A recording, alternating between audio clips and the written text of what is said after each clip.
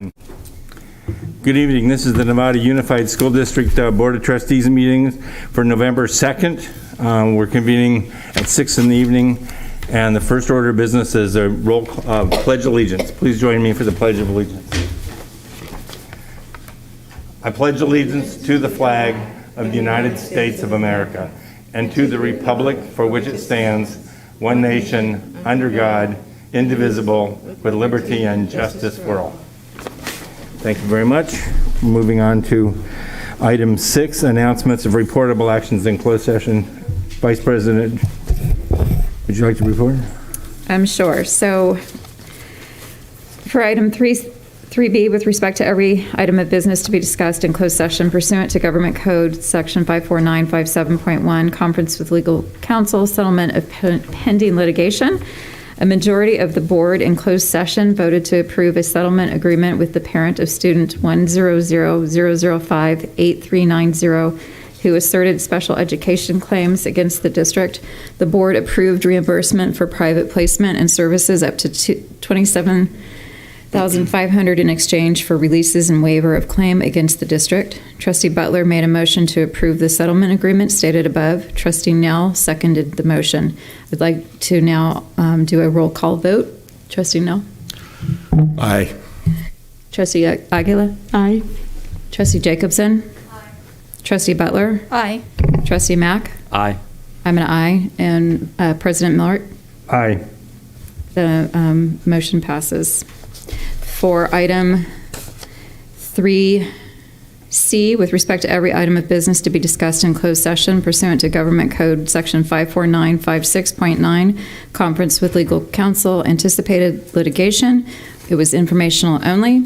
Item 3D, with respect to every item of business to be discussed in closed session, public employees discipline, dismissal, release, informational only.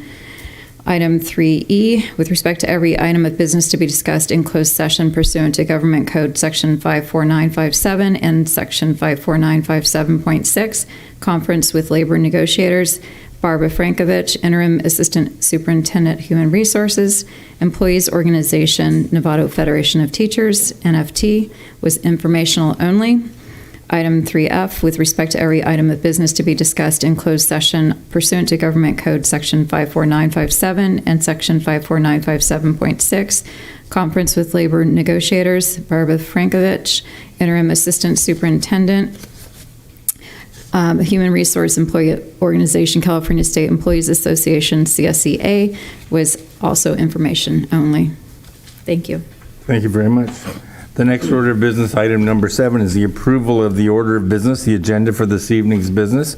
And it's been suggested that we take 13A and B and deal with them in the opposite order. Same two items, but in the opposite order is more convenient.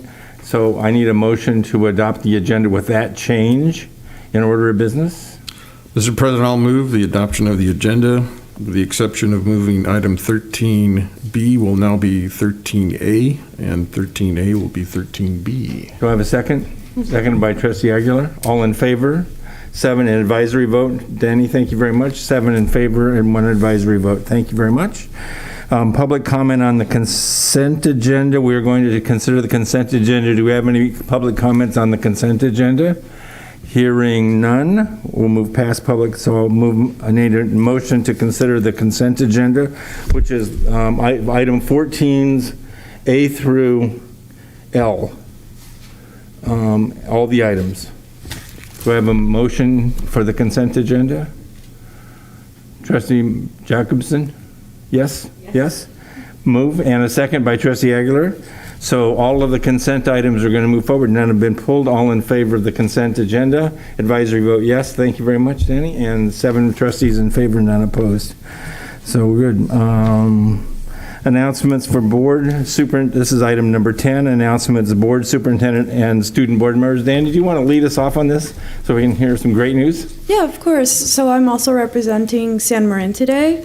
And so I'll start off with them first. They had their costume contest involving students and teachers, and that went pretty good. They collaborated with the Nevada Mothers Club and for a Halloween trick-or-treat event on Saturday morning and had Mr. McLeod's bands play. They had candy, arts, and crafts and different treats.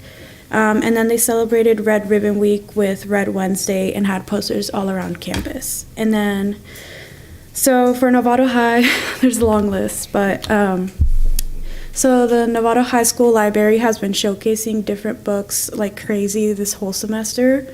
They did September, which was self-help books, and Hispanic Heritage Month and Spanish textbooks. October and November, they're showcasing fiction and nonfiction books by Native American authors, and this month there's a gratitude tree. Copperfields is also supporting Novato High School Library by donating 20% of its sales back to us on purchases between November 5th to the 7th. And then our college and career specialist, Miss Prettle, has been doing a great job coordinating college visits and is a good person for that. A lot of seniors are really appreciating her efforts in helping us. Cynthia, the Dreamers Club, and the DEI Action Team hosted a Dia de los Muertos informational session and encouraged students to decorate the Novato High School altar.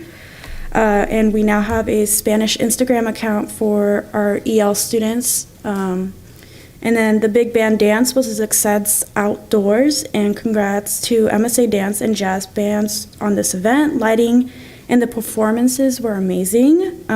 Rock band performed at Sweetwater in October. There will be a Hot Monk in November 17th. Homecoming week.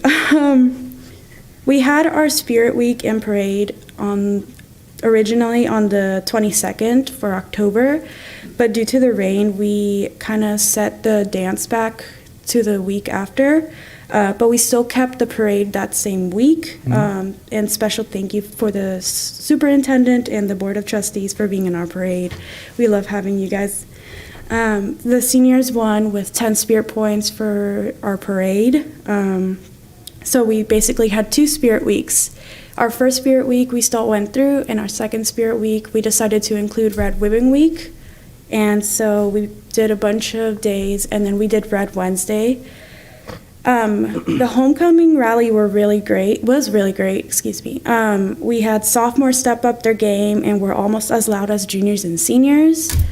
And for the dance, we had made a survey for students to request different songs for a playlist so we can play it at the dance. We had over 3 hours of songs, including Spanish song, just to incorporate some Hispanic Heritage Month, knowing that we wanted to have Spanish songs to dedicate it to the students. It went away. So the dance went really great. We had around 920 students show up, and it was amazing. Really good dance outside. It was all thanks to Shannon's husband, Tim, with lights, and made the dance outdoors really amazing. It takes a village, and we took an awesome decoration stance. Then we have a walk and talk November 6th, and PTSA and Brewer are chatting with 9th and 10th grader parents. We have a camp food drive from November 8th to the 19th. It's a class competition, and then class sports started yesterday. Basketball, soccer, wrestling are all excited. Kiana Briggs, girls golf, was 3 strikes away from getting the last playoff sport to move on to the NorCals. And then we were really super proud of her. And then volleyball varsity girls team lost in the second round of NCS on Saturday. We're super proud of them. And then water polo plays tomorrow on NCS playoffs at Novato High School for the first time since 2013, I believe. And then our 3-day weekend was refreshing for our students, and we really appreciated it. So yeah, thank you. Big report. So that you had 920 students at the dance is like amazing, because they're just never well attended. So over time, that is like just an amazing number. Congratulations. Yeah, I mean, it was the first dance since over 2 years, and we had a lot of sophomores and freshmen show up and a bunch of guests, and we were thankful. I personally enjoyed it. I had fun. It didn't feel suffocating. It felt really spacious since we were outside and in such a big area. And if you compare it to like being inside a gym, it feels better, and there's a bunch of like air that you can breathe in. So yeah, Pretty amazing. thank you. So let's see if Trustee Nell can match your report. I doubt seriously what I have to report out is going to match that, but it is good to hear that, I guess in some way that activities are getting back to normal at our high schools, so appreciate that. It sounded good to me. So just to report out to the rest of the board, I did meet with School Fuel and their board of directors a week ago Tuesday, and they discussed and adopted their budget. They have accepted all of their grant applications from our faculty who put in for funds to run special projects, anywhere from furniture to special curriculum or materials that they would like to have in addition to what we supply. And I think they're in the process of reviewing those, and will probably grant out tens of thousands, if not $100,000, hundreds to our teachers to help with the arts and other curriculum. And I think it's important to put out a plug for School Fuel. They are our public school foundation, and they do raise funds. And so those of you who are out there, if you haven't donated to School Fuel yet, please remember to, or pay attention and to see what you can do for them as well. One of the other items they were talking about, they step up their branding a little bit in their online activity. The other subcommittee meeting I attended was for JLAC, the Joint Legislative Action Committee, where the trustees and the superintendents of Marin County band together and represent ourselves with our legislators in Sacramento. We were talking about our annual trip to Sacramento, which usually takes place in January, but due to COVID restrictions, it doesn't sound like that's going to be a good idea. We discussed doing it as a video, which we did this previous January, which worked out okay, or possibly moving the date up to late April or early May. And our team up there is working with the legislature and trying to facilitate a date that might work, and I'll keep you posted once we come up with that time. So that's my report out today. Trustee Aguilar. Yeah. So thank you. Yeah, I agree. We support School Fuel. I think that we have a sign outside that says NUSD supports School Fuel. I think the sign should be it should be written the other way around, or School Fuel supports NUSD. So hopefully that'll get changed someday. So on October 22nd, not knowing that we were going to have a tour, a public tour for both high schools to show us the new facilities, I went on a private tour for both high schools. And I just wanted to say that, we have I went to the MSA program and looked around there, and then the science buildings and the new facilities on both high schools. And I just have to say, I'm just so pleased with what's going on, with these facilities. And they're gorgeous and new, and it still smells like paint. And I wish we had those when I was in Novato High as a student. And but here's the important thing I want to say is I know learning will take place, and I want to just personally thank the taxpayers for this opportunity, because this, on the 20, that was the 22nd, so I did the tours on both, and then on the just a few days ago we did the public tour for both high schools, and the cutting of the ribbon. And I want to thank NUSD staff and Mike Wooland and our superintendent Dr. Jan Derby for just all this work. And the taxpayers got to be there, and I wish there were more people there, because it's thanks to the taxpayers, and we're going to be talking about that today. And I just want to say that if it wasn't for them, this wouldn't have happened. And that's so important that people get educated on that and get to see the fruits of their labor, literally. So that's what happened both days. And then just wanted to say special education had their first meeting, and it was an introduction for the year, and they're working very hard, setting goals. And so lots of work ahead. There's always lots of work with special education.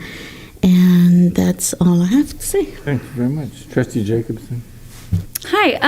I want to tag on to what Maria said. I completely agree. And I think it's these are such treasures of our community that our community has invested in. And it is hard to get everyone to see that. Every taxpayer wasn't at these ribbon cuttings. But I do hope that through the different ways that our community can participate in these facilities via seeing shows at the theater or getting their kids out at those fields via their sports, they'll be able to understand. I mean, it's extremely emotional being in those buildings, seeing how the caliber of education that's going to take place there is amazing. So hope everybody gets to see those. I had a site visit at Marin Oaks, so great to see them in full swing. I attended the Budget Advisory Committee. I got to be on a float in the homecoming parade, which was so fun. And that's it. Thanks. I as well was able to participate in the homecoming parade for Novato High, so thank you for including us. That was really nice. We haven't done that before. We always just kind of gone and hung out and watch it go by, but it was really nice to be a part of it, so thank you. The ribbon cutting also for Novato High and San Marin for the performing arts and the science buildings. I'm glad we were supposed to do that a whole year ago, and now we just made it happen when we could all get together, and it was done very well, and I'm glad we were able to do it. And again, thanking the community, as my other fellow trustees have done. We really appreciate the community support.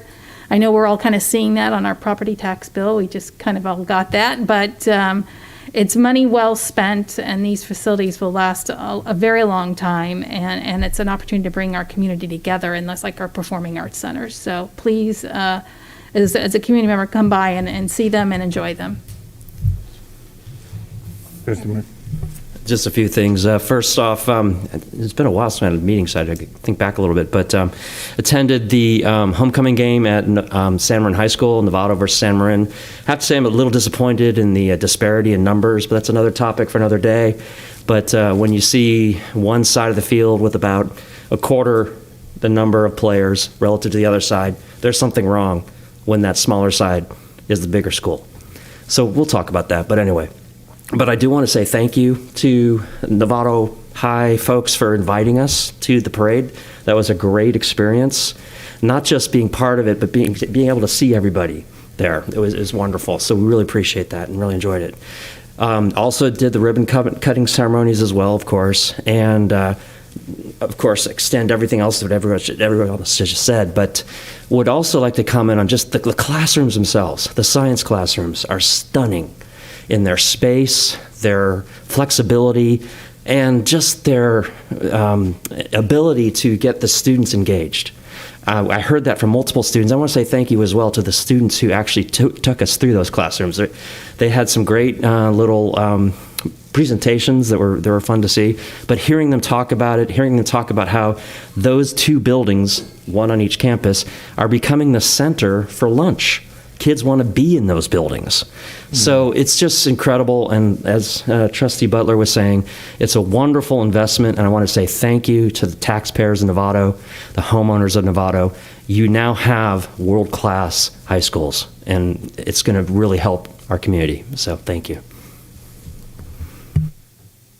Trustee Gasson. Sure. Just a couple things, and I think everything's been said about the ribbon cutting was fabulous, and I'm actually excited about all the other stuff that's been going on as well, seeing Olive and all the changes at Linwood and everything, but it was exceptional to be in those facilities and everybody's enthusiasm, and the kids doing those presentations and the musical performances was the highlight of my week. And the only other thing I'm going to share is that there is a San Marin High School 8th grade information night this Thursday. That's from 6 to 8 p.m. and I will be there. I'm happy to see lots of new families come by, check out the school. And that is it. Just a couple of quick points. Thank you for both high schools for the homecoming parade down Grant Avenue. I was not able to join Novato High with prior commitment, but I watched San Marin, and that was wonderful. And then I got to go watch the game, and that was wonderful as well. I also got to sit through the opening of both performing arts centers and science buildings. San Marin was built in 1968. Novato High was built in 1955. Homes were selling for about $30,000 a piece. So things have changed. Houses don't sell for $30,000 anymore.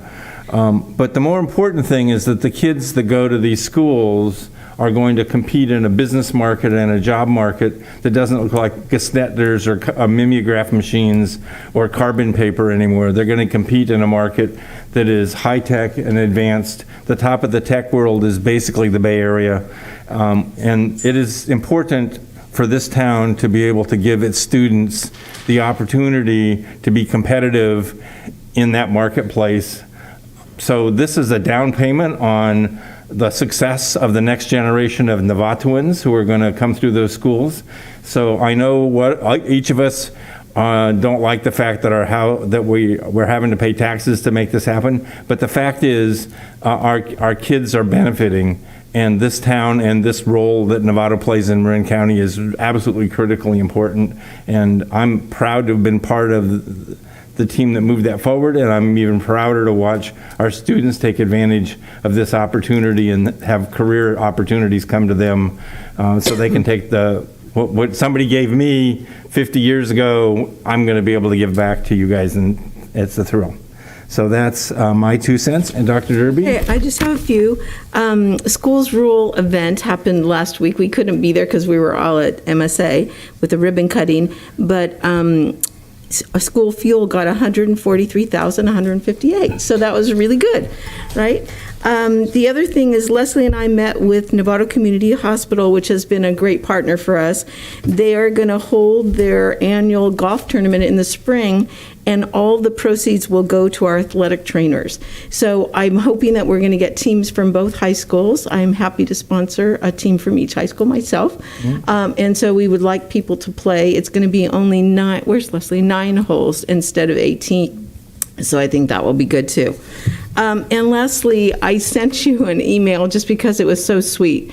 One of our most recently hired maintenance people, Patrick Dempsey, was on his way to work at 5:30 in the morning from Santa Rosa and noticed a distressed person with a flat tire, and without even thinking, went over, helped the person get their tire back on. The person was on his way from Santa Rosa to Southern California for a visit, and it turns out the person wrote me an email because he didn't get the person's name. The person didn't allow him to buy a cup of coffee. Just said, "No, thanks. I'm on my way to work. It's my 4th day on the job in Nevada Unified."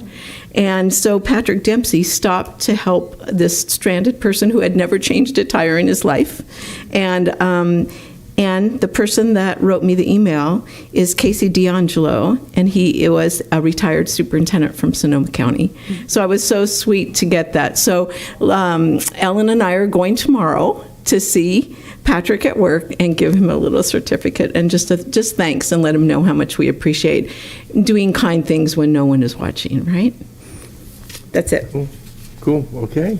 We're going to move on to item number 11, which is presentations from our schools. And Dr. Derby, you want to introduce Amanda Langford and San Ramon? Yes, Amanda's here, and Juliet. Juliet really likes to speak in public, so we're going to have her probably go first. I'm not sure.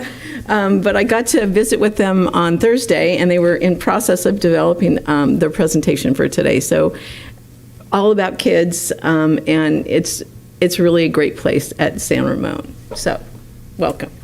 Thank you for that introduction. Good evening. It is a really great place at San Ramon, and we work really hard to build a collaborative community, and we're excited to be here tonight to share one of our special projects that we did this year. So my name is Amanda Langford. I'm the principal at San Ramon, and with me is Juliet Jones, who is one of our teacher on special assignment this year that we're very excited to have, half-time data specialist and half-time MTSS coordinator. So with that, Juliet, do you want to just introduce the project a little bit?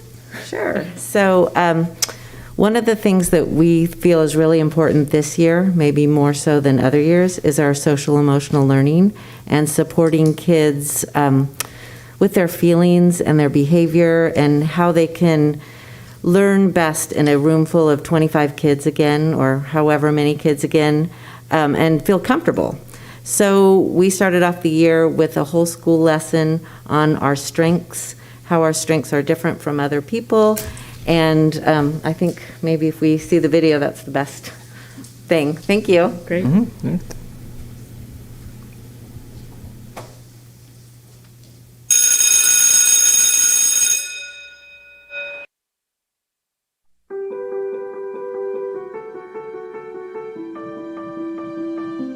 of my strengths is I'm smart.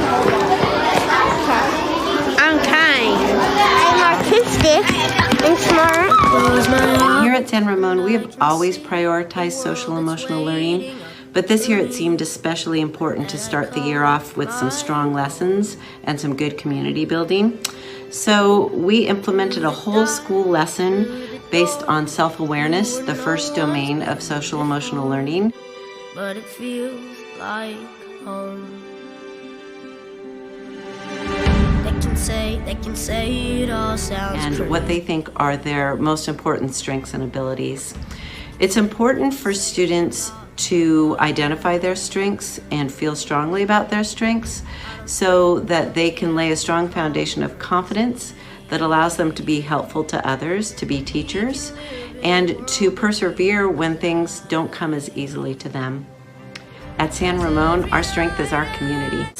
My strengths is that I can adapt quickly. Strengths are that I'm thoughtful, artistic, and athletic. My strengths are that I am calm, nice, and never want to hurt anyone. My strengths are that I'm caring, smart, and I look out for others. How do you use your strengths at San Ramon? You be nice, you be helpful, kind, and help other people. Helping, being kind, respectful, confident, and that's it. How do you use your strengths at San Ramon? I help other people with my work. This is something that we're going to do in 3rd grade, but it's something our whole school is going to do, and we're going to make a really cool Keeping me awake. I think of what the world could be. A person shape, and on the person shape, you wrote some characteristics about yourself. What was that project about? Gonna make.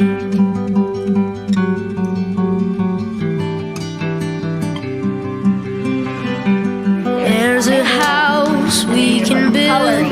Every room inside is filled. Or remember some of the strengths that you do have in you. And I want you to find a partner to turn and talk. I want you to listen to their strengths, and I want you to share your strengths. You smile on a rainy day. You have some of the same strengths as the person next to you. Raise your hand if you have some of the same. Okay. Raise your hand if you had some that were very, very different from the person next to you. Else being good at. And that's what I started our list with. I am good at James. I'm good at reading. At reading. A lot of us have different strengths, but that's really important for us to know and to value because we can work together with our strengths and make this school just that better of a place. Of what the world could be, a vision of the one I see. A million dreams is all it's gonna take.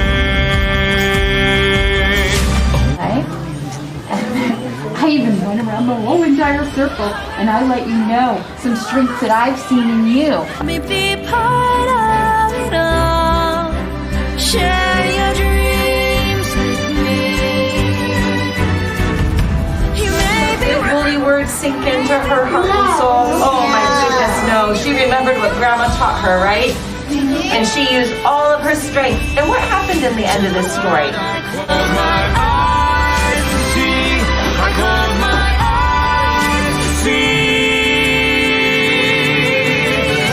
Every night I lie in bed, the brightest colors fill my head. A million dreams to keep. Our community.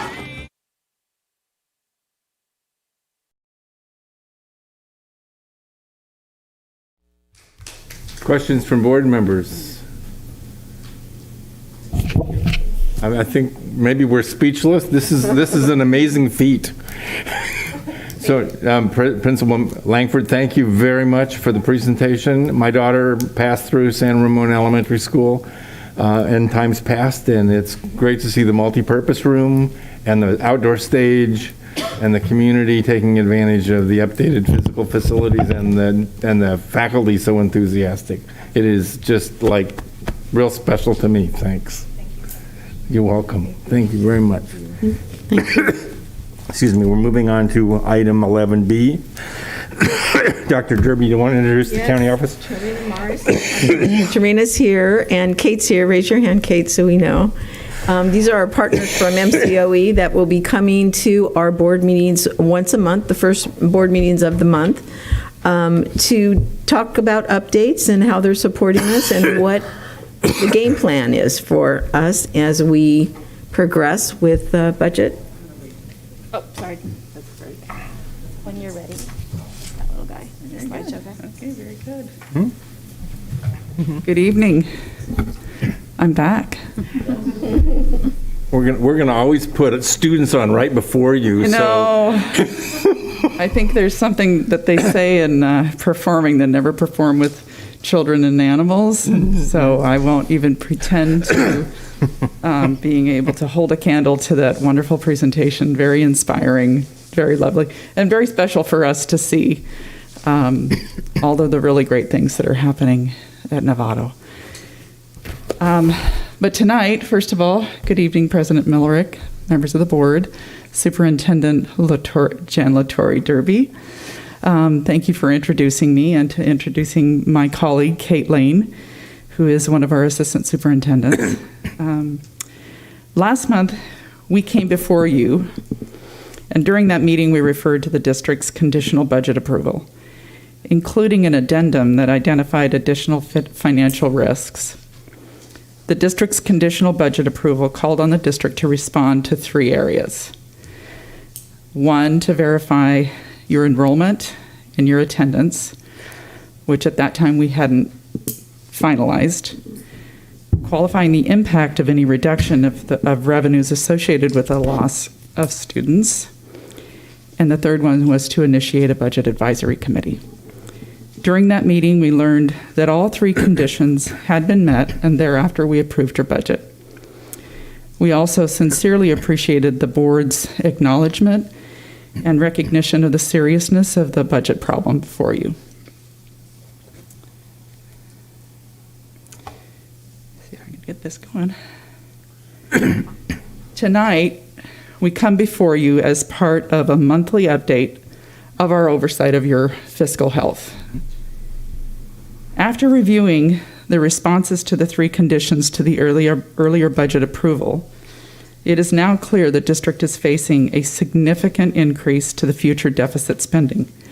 And if not addressed now, it will increase $1 million next year to nearly $5 million in the following year. And we suspect the $5 million deficit in the second year may be likely closer to $10 million, which represents about 10% of your budget. We believe this to be the case because currently the district's budget includes one-time COVID-related revenues that may be masking the overall structural deficit. This is largely due to the fact that you have fewer students. As you all know, it is uncommon for us to come to you before you in this way. We do so to declare our serious concern for the future fiscal health of the district. The timing of the district's response is critical. In December, you will all consider your first interim budget.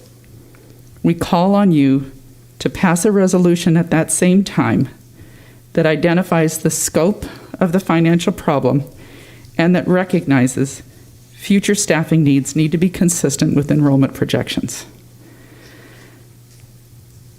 In support of students and on behalf of Mary Jane Burke, our county superintendent, we thank you for the hard work you will do to ensure students continue to receive that world-class education you spoke of.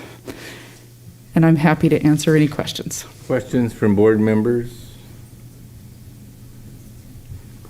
Marie Aguilar?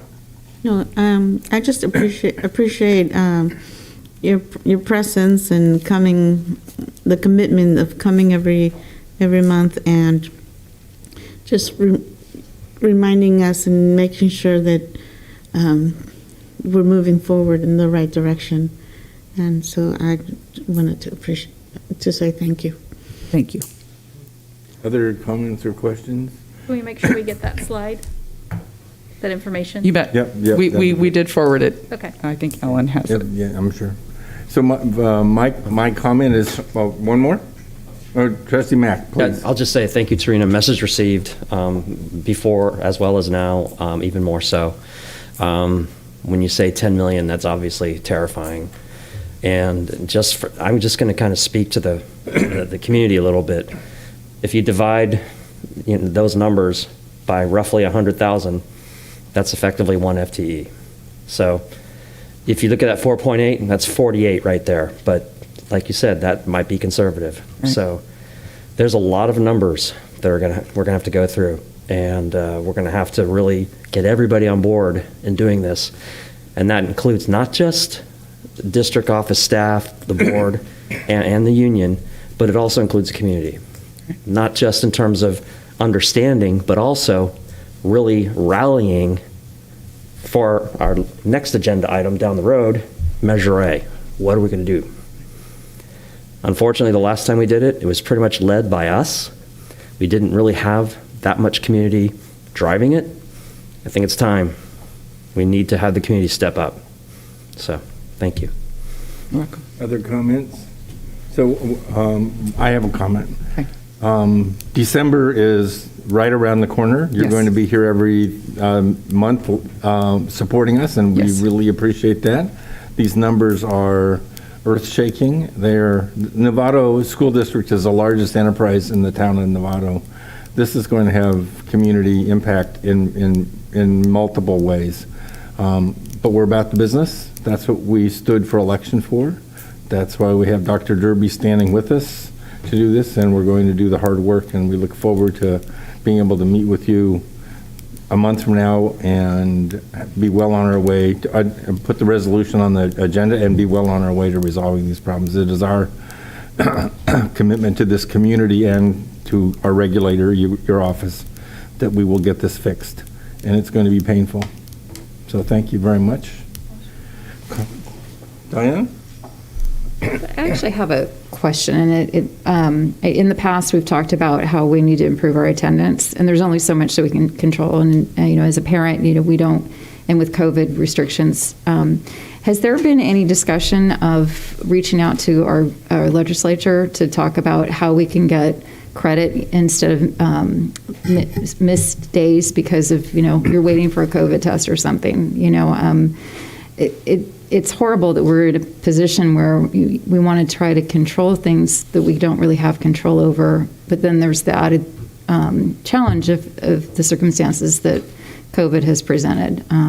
So is there any discussion on how we can kind of champion for the schools that are impacted by that? Yes. So I will say Kate Lane is actually leading that conversation. Working with the California Department of Education and with your business staff and other business staff from other districts to try and capture short-term independent study, to capture those students that might be home waiting in quarantine after testing. We've done an estimation. Your attendance percentage is down by 1%. That 1% may seem like a small number. It actually represents about $750,000 in lost revenue. So that's a very important question, but I want to caution you. First of all, in 1 year, because let's say you were able to ramp up and capture some short-term independent study, you might be able to capture, because we're already almost halfway through the year, believe it or not, you might be able to capture about half of that $750,000. You have a huge problem, a structural problem. Every little bit counts, and I want to be cautious that we don't think a small fix like that is going to be enough. We'll call it a down payment, and we are definitely walking with you in support of trying to accomplish that. I think I would even take it to one extra place, I think is what I was getting to is, an example is my daughter woke up with a stuffy nose. So I mean, it was like, we've got to do a COVID test. So I was fortunate to find a home test, but the facilities that I found online weren't open till later in the day. So it was conceivable she would have missed that whole day just because I wanted to have a test. So there's a little bit of a distinction. I know that when you're in quarantine week that they've changed that you can do the 3 days, but it goes to, I'm not, it will nowhere come close to fixing our problem, but it's just one extra thing in the scope of looking at all of it, that maybe there's some opportunities that we can advocate, do we talk to Jared Huffman? Do we, You don't need any legislative fix for this. We have a solution in the queue. Yeah. Oh, awesome. Okay, thank you. Yep. Okay. Dr. Derby? Tarina and Kate both, thank you so much. We need you, and we want you here, so we're grateful for that. We have been talking about having some sort of a board workshop or a study session and inviting CSEA and NFT so that we're all in the same room hearing the same thing at the same time, and we can understand as a group where we're going and what we need to do. Great. So we want to reach out to you. Lois will probably arrange for that, and we'll try to get some dates that coordinate with you. But I think sooner than later, we would like to do something, because it's staggering, as you know, and I can tell that you know the seriousness of this firsthand.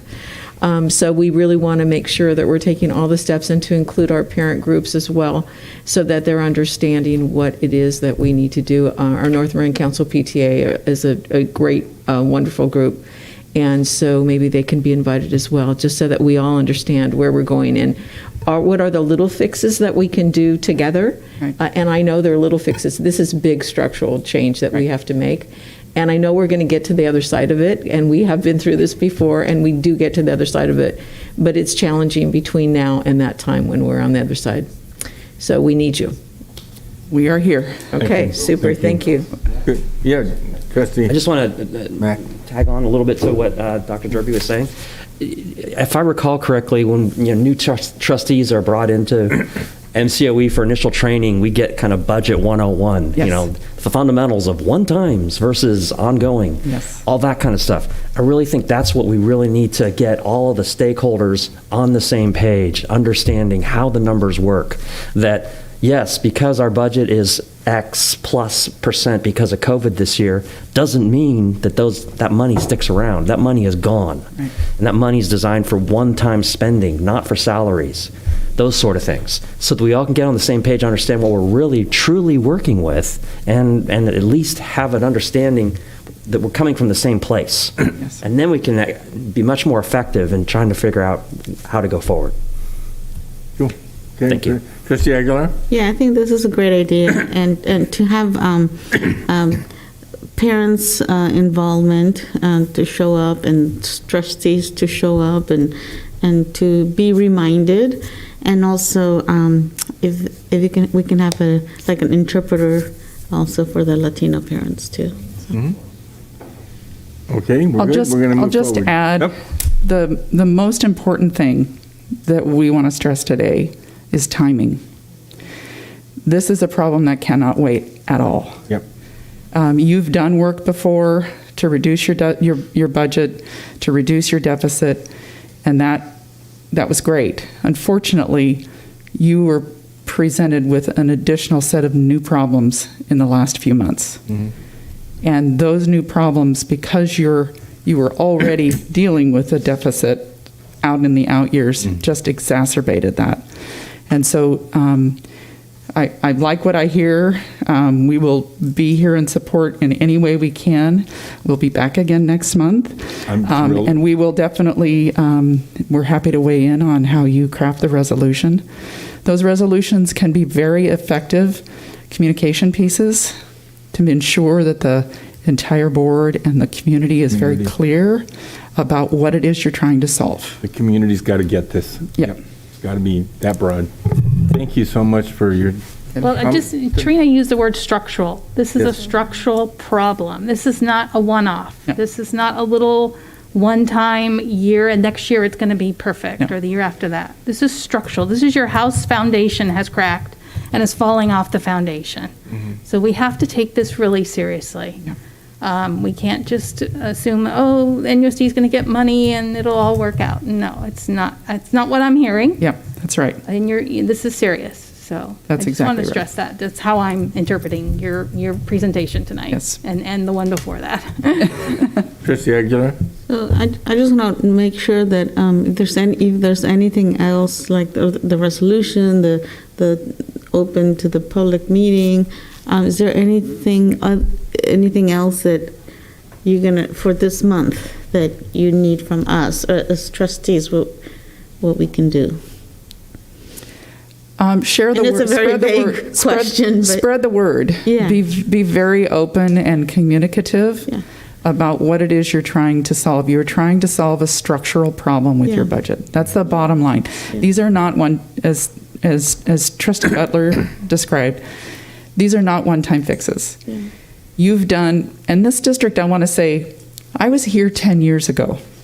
For those of you that were on the board, I was here 10 years ago telling a very similar story. You've done this work before. We know you know how to do it. It's never pleasant. It's always hard. And it's always, at the end of the day, students benefit from districts and boards who act early and are clear with their community about what you're trying to solve. And you're trying to ensure that you have that world-class education today and tomorrow. Yep, absolutely. Thank you. They are our customers. That's right. You're just our regulator or oversight. I've never heard us referred to as a regulator, but it's okay. Okay. Thank you so much. You're welcome. Any other final comments? Otherwise, we'll move. Thank you very much. Kate, thank you for joining. It's always good to see you, even if it's behind a mask. Now we're into non-agenda public comment. Or do we have any? We have no public comment, so that's item 12. We're going to move to item 13. And we've flipped the two items that we're going to consider. So the next is discussion of parcel tax for Nevada Unified School District, and Lois is going to do our presentation. I'm going to introduce the people who are going to do the presentation. So this clearly is a very timely topic, considering what we just discussed. A big part of our revenue, or an important part of the revenue in our budget, is the parcel tax, and it's coming due, as we all know.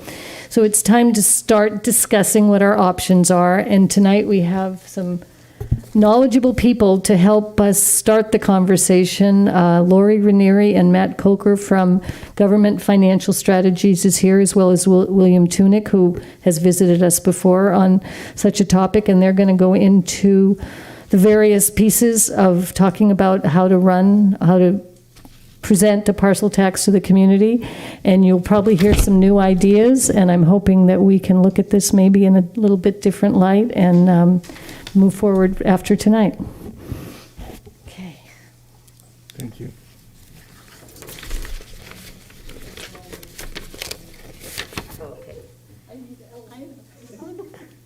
So Ellen's going to help and then turn over the computer to Matt, who has a degree in computer science, so I'm sure he can figure it out. I'm going to walk away.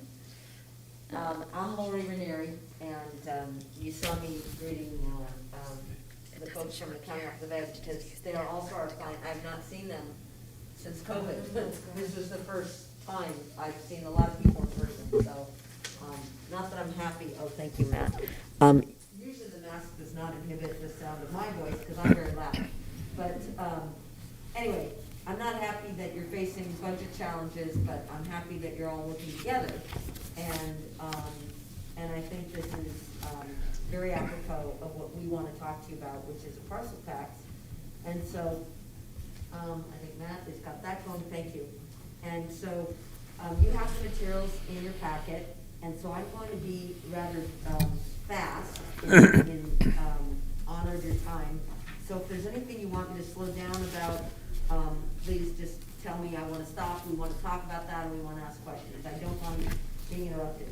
So again, I'm Laurie, this is Matt, this is William, and we're all working together as a team. Matt and I are with Government Financial Strategies.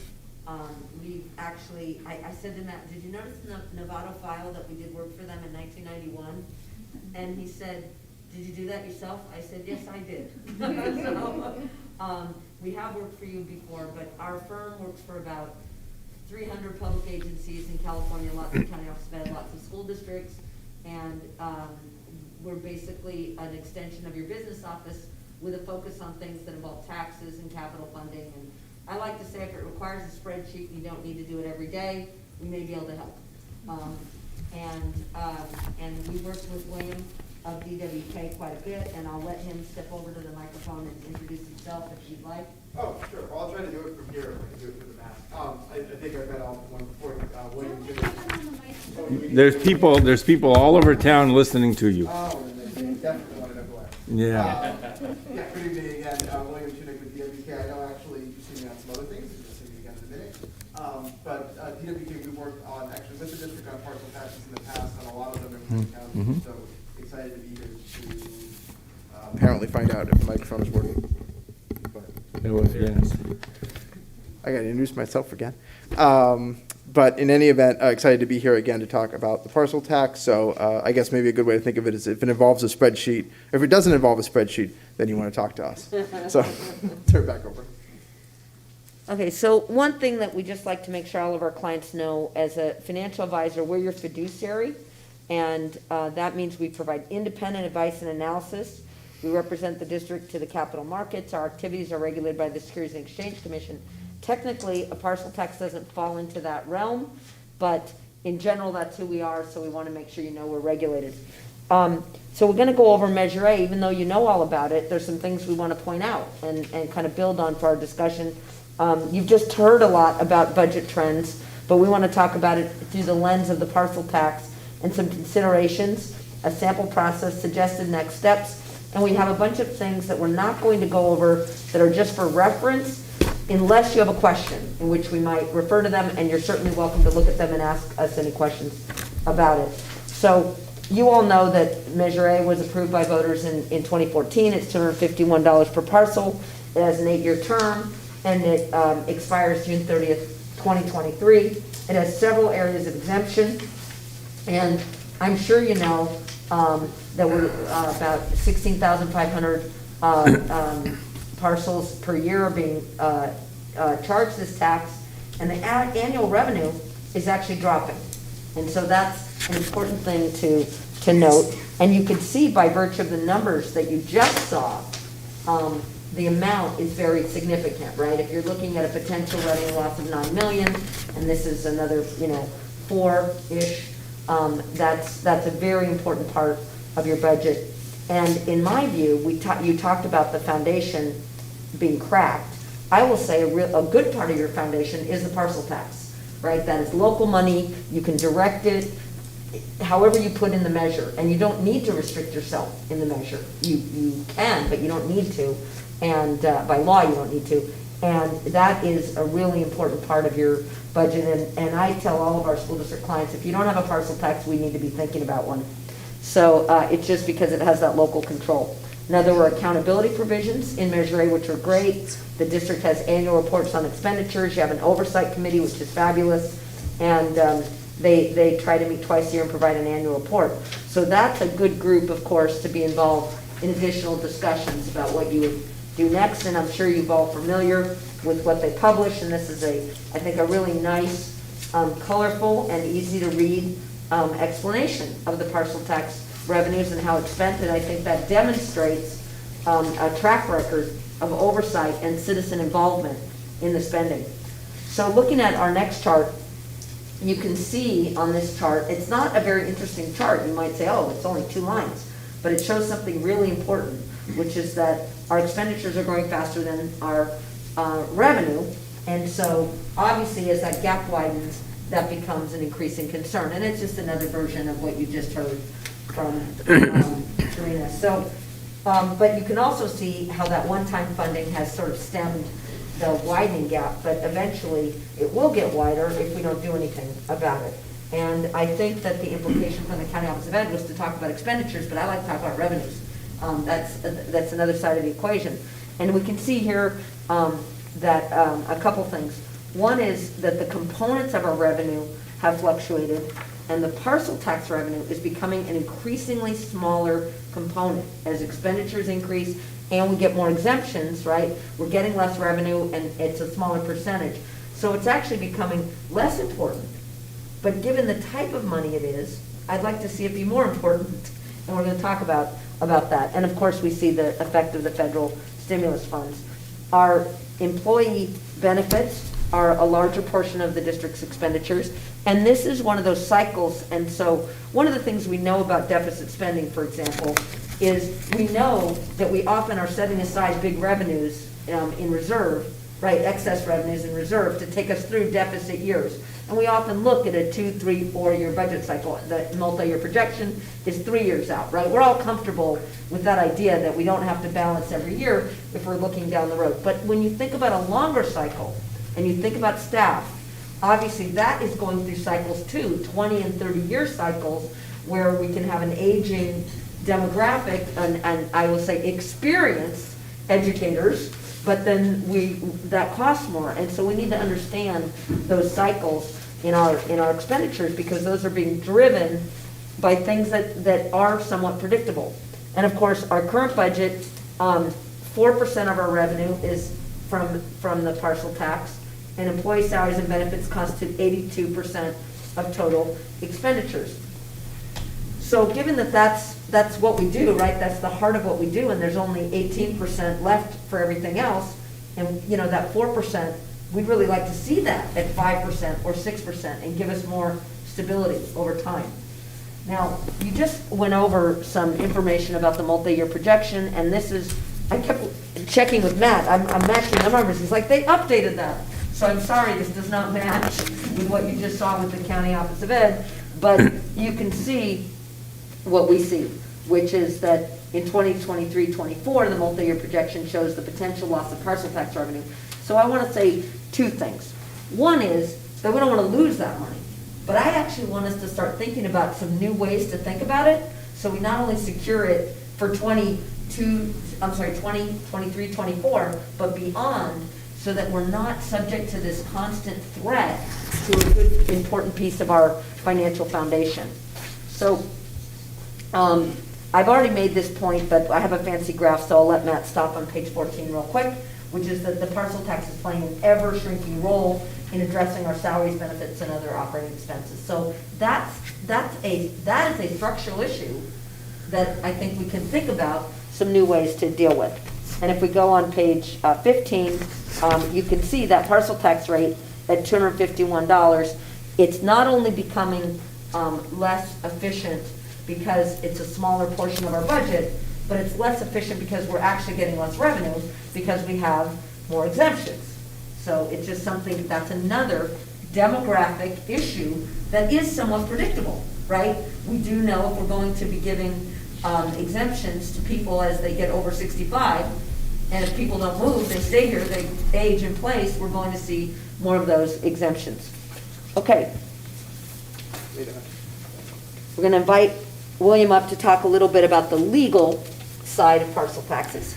Yep. So as Lori mentioned, parcel taxes from a legal perspective, they're sort of, and you probably know this, they're a reaction or a growth out of Prop 13, which otherwise limited property taxes. What Prop 13 and the following initiatives say is you can have quote unquote special taxes if they're approved by the voters. And when it comes to school district taxes, which are technically called qualified special taxes, we call them parcel taxes, that has to be approved by 2/3 voters, so 66%, which is about the highest voter threshold there is, which can be difficult. The other thing to know that's specific to school districts is that those taxes have to be applied uniformly, and what that For a district like yours, it's not really an issue. If you have a tax that's a same amount for every parcel, that's a uniform tax. There are some other districts that have some more creative taxes where that kind of becomes a question sometimes.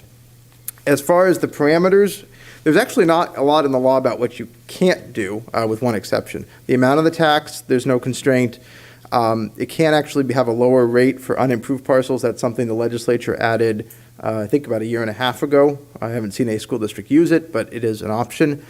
Exemptions, this is an important one. What the law says is because it has to be uniform, you can offer exemptions, but you can only offer the exemptions that are in the law. And those three are for senior citizens, which is by far the one that is used most often, as well as for individuals who receive supplemental security income for disabilities or Social Security disability insurance. You have all three of those in your current tax. That's something you can include in any renewal as well. The other thing that's optional is an inflation adjustment. This is something we're seeing, I think, more districts do. You can do it either as a fixed inflation rate, so say 2%, 3% a year. I think there's one in Marin that goes as high as 5%. Or you can link it to the CPI, some combination therefore. There's a lot of options there. That is an optional thing. I think to the point that was made before, that helps hedge against the increase in expenditures and inflation that might happen during the term of a parcel tax. And then finally, oversight. The annual report is required. The Independent Citizens Oversight Committee, unlike a bond measure, that is not actually required for parcel tax measures. But again, you have one. Most districts nowadays do include that as an additional oversight and community engagement piece of the parcel tax. So I'm happy to answer any questions on that, but let me maybe turn it back over and we'll talk about kind of the history of parcel taxes. Or do you want to have a question? Oh. Any questions from the board? I think we're just going to let you finish up and then we'll take them at the end. Okay. So one of the things that I want to address is that very often when we think about a parcel tax, we think about the dollar amount and we think about, is the dollar amount getting too high? And I just wanted to point out that dollar amount's over $201, and we just broke it. You can see we just use numbers to break it up, but you can see that $201 and above passes by a 77% success rate, and that is the highest of any of the numbers. So one of the things I want to say is I'm not sure that the number is quite as important as we might think, and I'm going to explain a little bit more about that. I think there's issues of history. Are people used to voting for these things? What's going on in the community, income levels, numbers of measures voters have considered. You talked about your bond measure, and the general political environment, including influence from surrounding communities, the state, and the nation.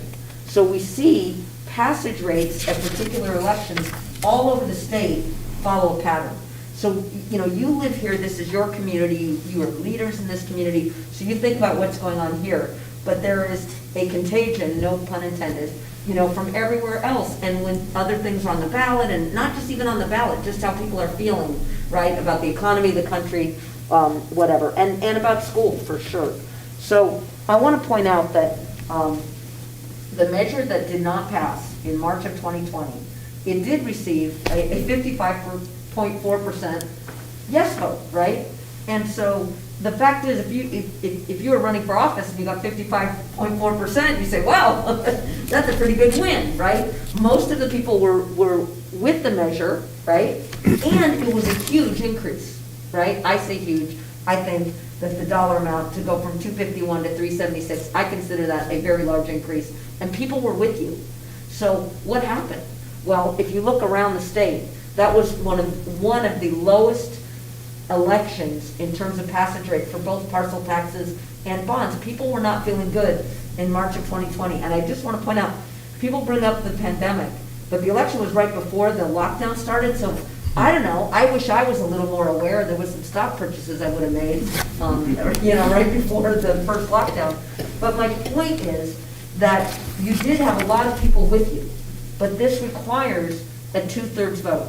So what it means is, if you have really any feeling of opposition at all, you know, it's easy to get a third of the people to not be with you, right? Just people who vote. They don't even have to know anything about what you're doing or why you're doing it. They might just vote no because they don't like taxes or whatever, or they're voting no on everything. Now, this is the thing that really got my attention when I said, oh my gosh, we're having lots of elections, And, maybe you think it's not a lot because maybe you're used to running for election, but I'm thinking, we already take a multi-year projection out 3 years. I like to look out 5 and 10 years when I do a financial analysis of a school district. And to keep staring down this tax term feels very threatening to me in terms of financial stability. Does that make sense? So when I look at it holistically, I think, wow, this is a lot to swallow. And so it makes me want to think about the term. Now, I also want to show this, I guess I'm bringing up again the point I keep making, which is the losing efficiency. I made that again on page 21, so I'm not going to say anything more about that. I do have a tendency to be redundant, and in this case, I was even redundant with slides. So one thing I want to talk about is what could we do that's a new approach? Well, the $251 is obviously what you're charging now. The $376, that was the number, right? That had a well over a majority vote. So somewhere in there is a good number, right? We don't know exactly, but somewhere is. And I say somewhere in there based on history, because of the pandemic, I feel like any kind of public opinion research that you had before, it's just not valid, right? People think everything different. Honestly, I never knew I could spend so much time at home. It's been a shock to me, especially given what I do, because I go around the school districts, and I used to travel 4 days a week, and now I stay home. So, as we all do. So, life is different. Okay, the term of the tax. I want to encourage us to start thinking about, what about the possibility of a permanent tax without election rules? Just have a permanent tax. Or another alternative is to have something that under the state law qualifies as a permanent tax, but you do by local decision that you'll have a majority vote, meaning that you'll just restrict yourselves, that you won't continue the tax if you don't get a 50% vote. Does that make sense? Because what you've been doing is subjecting yourselves to a 2/3 vote, which is very difficult to get. Now, there's a lot of historical reasons why people did this, and I can go into that if you want, but the point is we do have another option. The other thing I want you to think about is the idea of an inflation adjustment. So if when you had done your first parcel tax, you put an inflation adjustment and no term, you would have naturally risen to over $200 today. So I'm making this point that, and the other thing about the inflation, it could be automatic. It could be, these are maximum taxes, so the board would always, in any year, have the ability to levy the tax at a lesser amount if you wanted to. You're getting authority to levy the tax. You could levy at a lower number. You don't have to have the inflation. But these are ideas, economic ideas, that would give you more stability in the budget. So let's go to the next page. And so this is a sample process, and one of the things that we have in the sample process is a way of engaging the community. And I heard it said, hey, we need to have the community involved in these issues. Well, one of the questions is, it's hard to get people involved if you don't give them something to decide upon, right? So taking a new approach and being willing to let a group of citizens really grapple with that and think it through, and not just think from a political perspective of what would people vote for, but also what is going to work in the long term to support the budget, support what we're trying to do for students and for employees and for the community. So we have this tonight's presentation on parcel taxes. So of course, your chart might have started early on, but my chart starts when I'm here. That's the first step. I'm here. So we're here talking about this. But what would come next? So we put on here a survey. Now, one of the things I want to say about a survey is sometimes you take a survey, and you've had lots of experience with surveys, I think, in this district, and you say, well, what was it worth? It told me what I already knew. Well, maybe it affirms what you already knew, right? If you don't take a survey, you actually risk that there's something out there that you don't know, right? But you can be more sophisticated with your survey. You can do focus groups, first of all, to try and identify what you should be surveying on, and try and spot the new issues. So, for example, one of the things with surveys that I read a lot of them, and they often all have the same questions. And I'm like, if the same questions get answered the same way by everybody, because everybody would like lower taxes and more services, right? So we don't need to ask questions about that because we could just guess at that. There's not a lot of risk in not having precision on that one. So we only have so many questions, right? It costs money, and people get bored of answering the questions, and we want a fresh, good response. So what I would say is that we can take some really sophisticated approach to our survey taking to make sure that every question is really valuable to the decisions that we're facing, and we can consider a new way of doing community engagement. And when I say a new way, you might say that everything I could possibly suggest you've done before in many, many ways, because school districts, and I'm sure this district is very open and you've engaged people. But I would say, I would specifically ask you, are there things that you've done in community engagement that you think fit Novato, but you haven't done them with the parcel tax? And say, are there things that work that our community is used to, that we have volunteers that like it? How can we do it? How can we bring them into this discussion? And we have the people who've been involved in oversight, and we not only have you've been doing oversight for 16 years, so we not only have people who are doing oversight now, we have people who've done it in the past.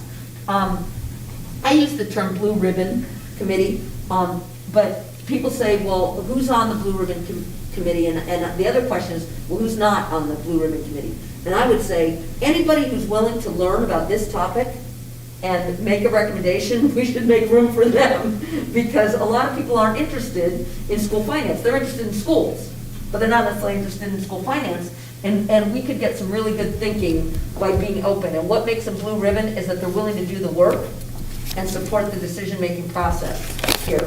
And maybe they'll have some new ideas that we haven't talked about tonight, or you haven't thought of, or I haven't thought of, but we want to be open to that.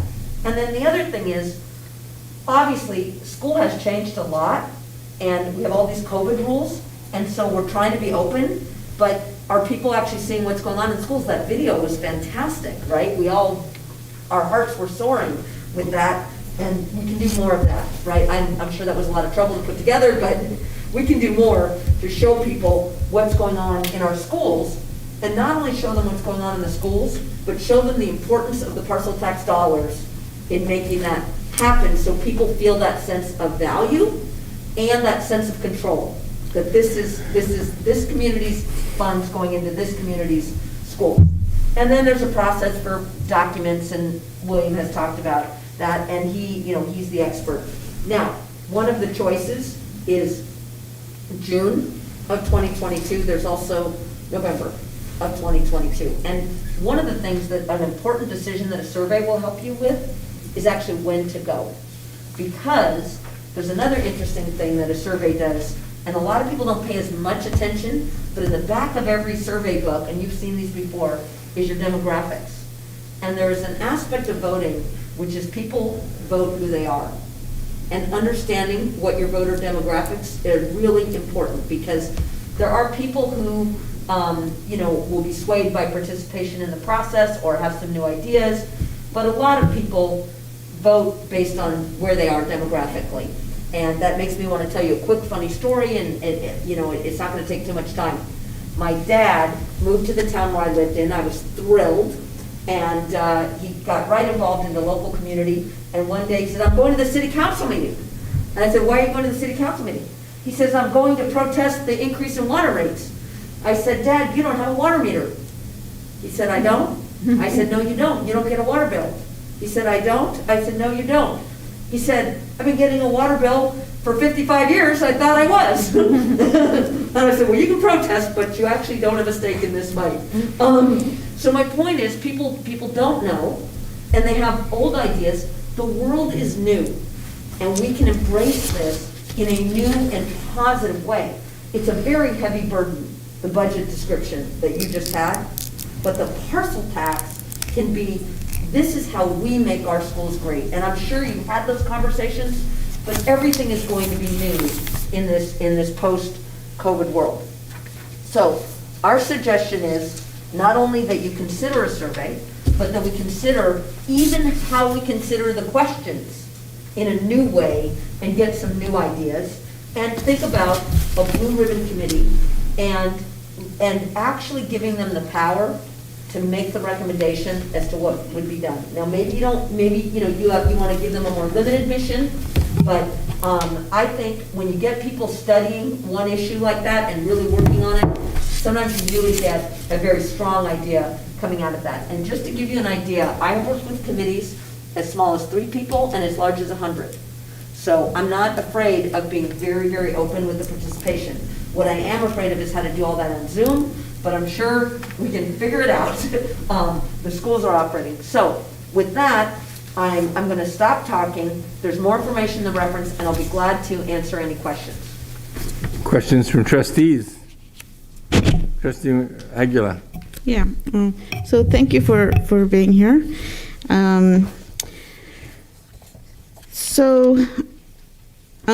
I think this information is very, very important for all our population here in Novato, all our population, everybody that because everybody, if this passes, everybody will pay.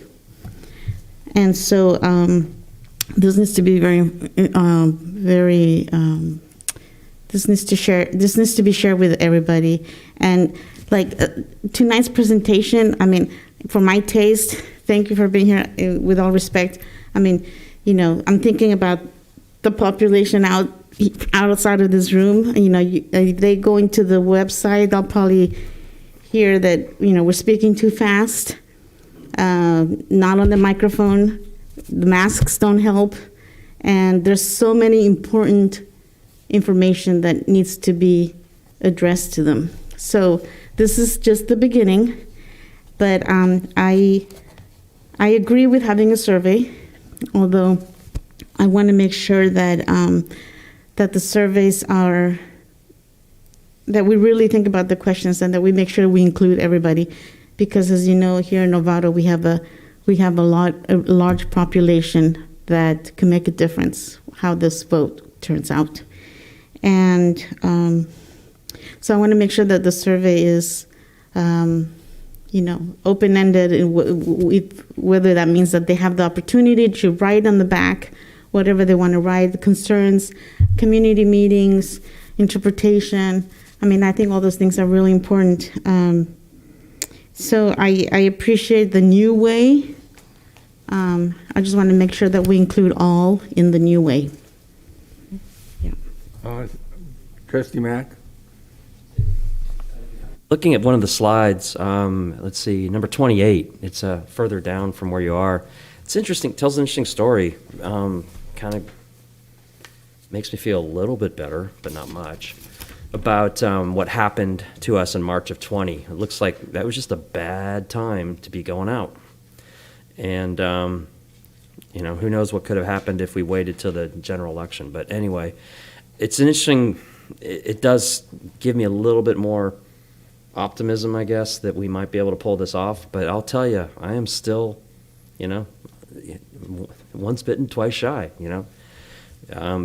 We got 55% of the vote, but we didn't get what we needed. And unfortunately, beyond that, there was a lot of negativity in this community that we have to get through and reach out to and get everybody on the same page. And it could be very well that it goes a long way to what you're saying about the way we craft it in terms of its scope and those sort of things, and listen and do that. And maybe that is really all we need to do. So I'll say this, coming in, very pessimistic about this stuff, ready to do a zero-based budget, assuming no parcel tax, because that's where we're at. But I have to say that you're giving me some, you know, positivity. I'll just leave it at that. I won't say optimist, but positivity. So thank you. Any other comments, Trustee Aguilar? Yeah. You want to speak? So, thank you, Trustee Mack, for your comments. I agree with everything you said. I just don't agree with the word negativity. I don't think the people that voted against this are negative people. I think that's fine. But I think that there's a lot of, instead of saying the word negativity, I think that there's a lot of people that are concerned. And I think that the way to kind of tackle it, like you're saying, would be to educate.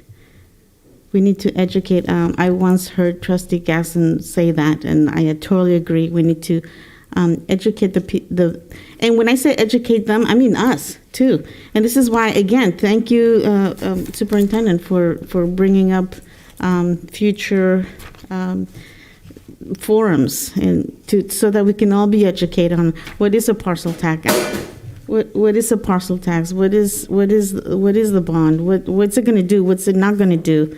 I mean, just go back to the basics, because I really think that's what's missing, is just that we just kind of assume everybody knows, and we kind of take for granted the people that some people. So we want to make sure that again, that we can all educate ourselves so that we can have this opportunity to pass this, if so be it. Okay. We have a public comment, I believe, on this item, and second trustee, or former trustee, Mr. Harris would like to speak as well. And the first card that I have is from, it's Mr. Harris. Oh, yeah, good, thank you. So, please.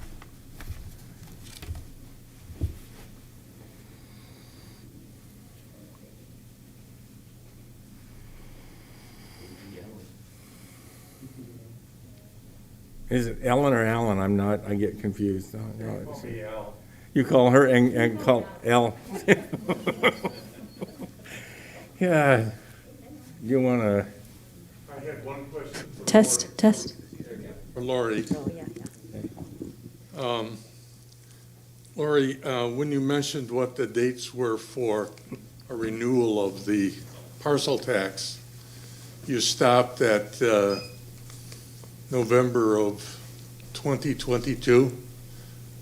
What about the election in March of 2023? Right. In fact, you and Mr. Colker were on the exact same wavelength, because he said, why did you just stopped about November 22. So interestingly, and Will is here as well to address this, you can have an election for a parcel tax on any day that is not already the day of an election, or, within 7 days, I think you have to be on that election day, right? You can't put your election a week of or a week after a regularly scheduled election. But so you can either join a regularly scheduled election, you can pick your own election day, you could potentially do an all mail-in ballot, you could do an in-person ballot, a lot of people do the mail, and you could keep on going out into the future. So why am I focused on 2022? Because with the term that we have, I wouldn't want us to miss a good election day because we weren't thinking about it. But one of the things in the thought process is to decide, should it be in 2022? Should it be in 2023? What kind of election should it be? Those are all detailed considerations to be put forward. As a former, or I guess still a current member of the Parcel Tax Oversight Committee, as well as the Budget Committee, the question has gone around in my mind. In the past, since 1980-something, the district has always gone for a parcel tax that identifies a set of specific returns. Library, smaller class size, what are some others? Visual and performing arts. Visual and performing arts, right.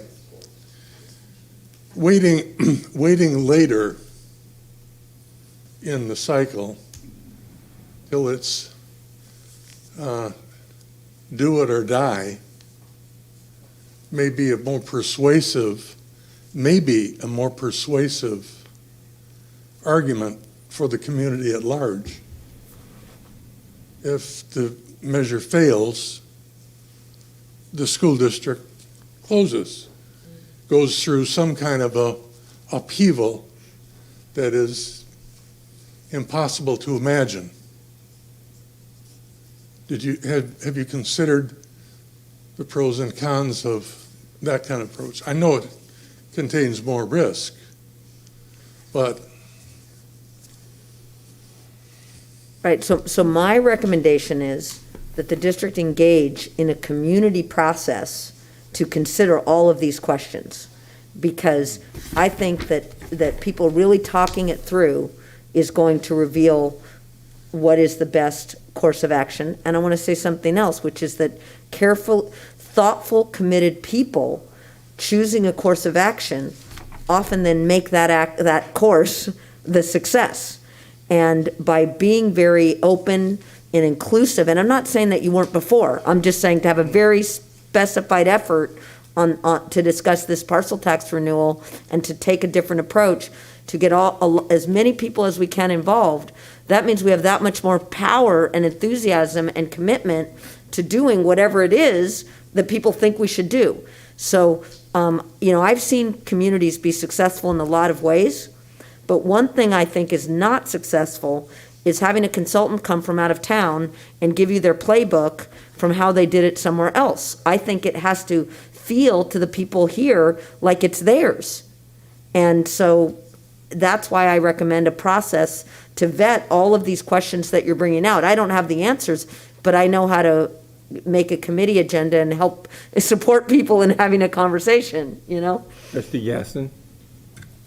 So thank you for saying that. I've actually been a part of the parcel tax for, I realized tonight, over 15 years on and off. I was a part of the oversight before I had kids, and my oldest is 14 now. And I think that I've co-chaired one of the 2014 campaign and participated heavily in this last one. And I think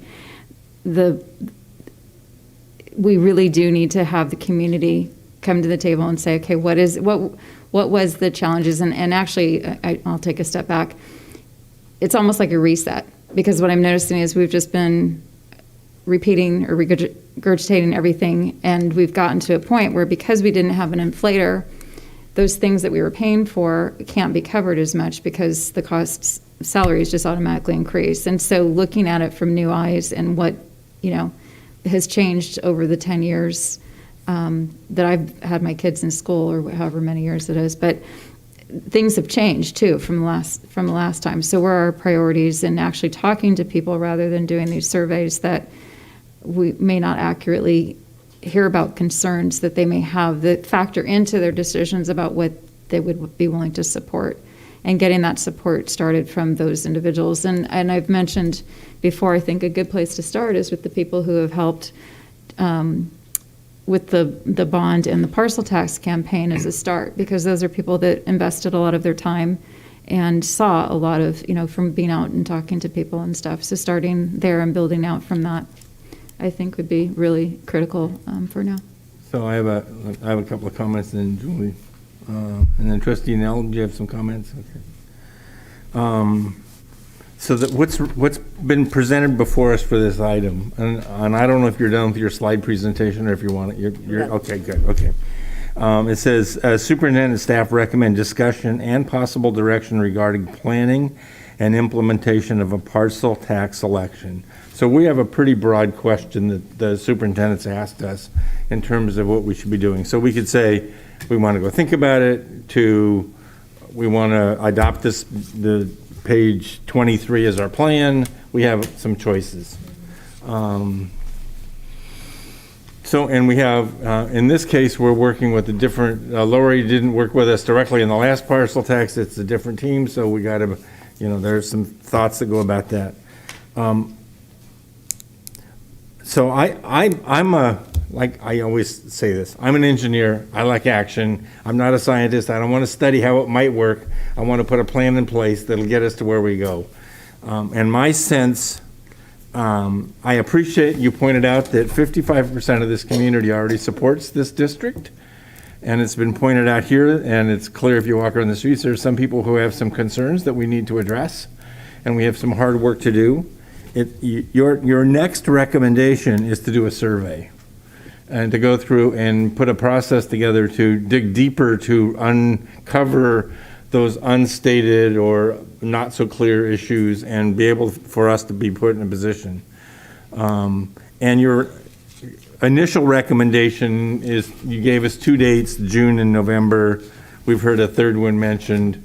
The idea of let's get right up to the brittle edge of this whole thing and see if that scares people enough makes me a little bit nervous.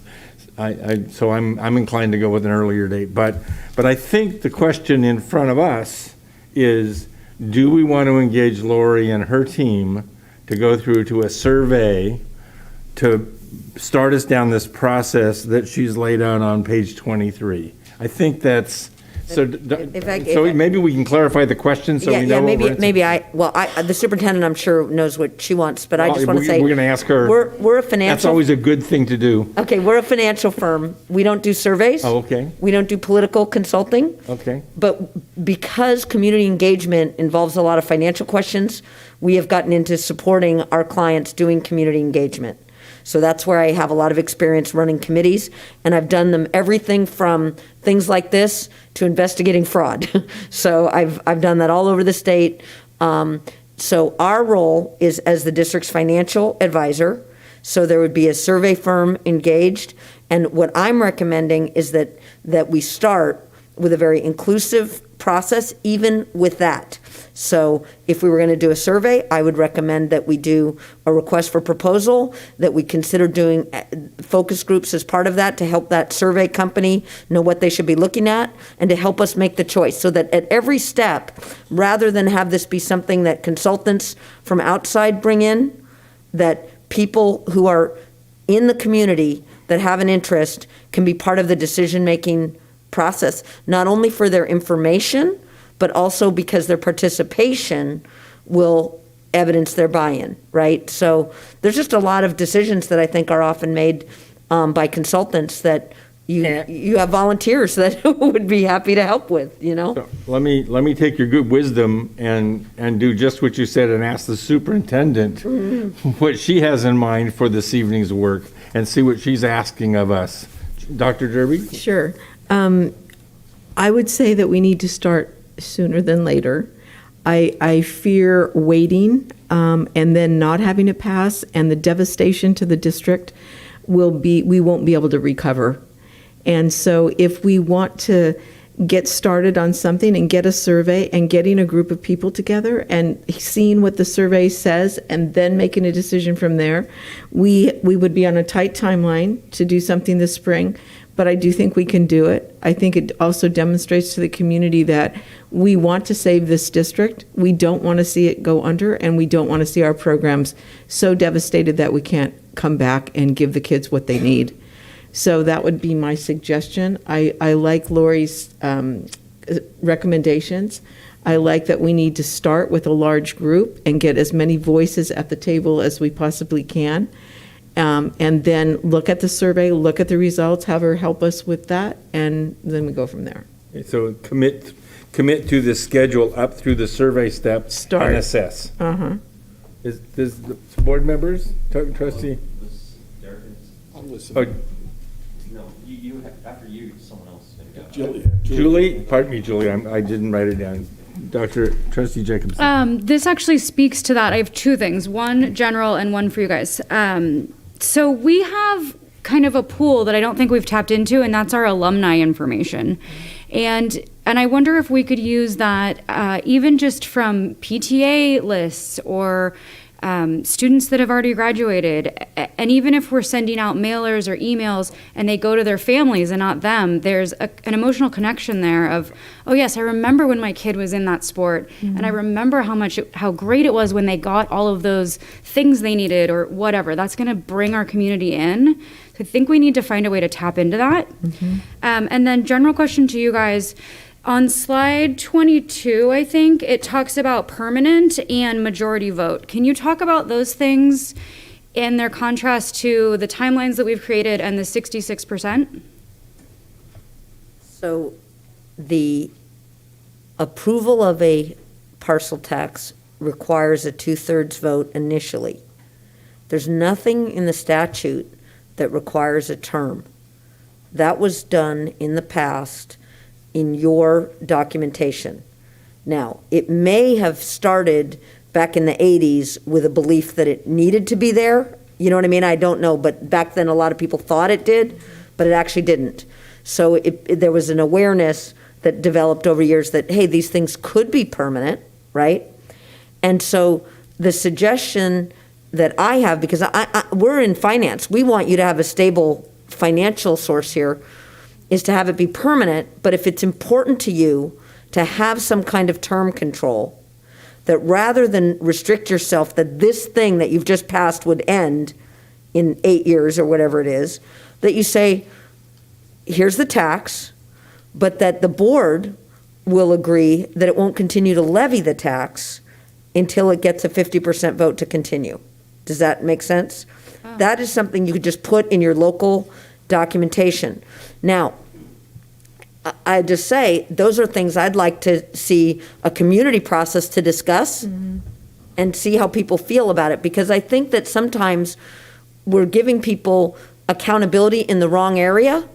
Maybe not the, you know what I mean? Not the area that they care about. They might care more about how the money is spent than they care that it stops and that we have, and not only, there's also the expense of additional elections, right? And the distraction and to me, the financial threat.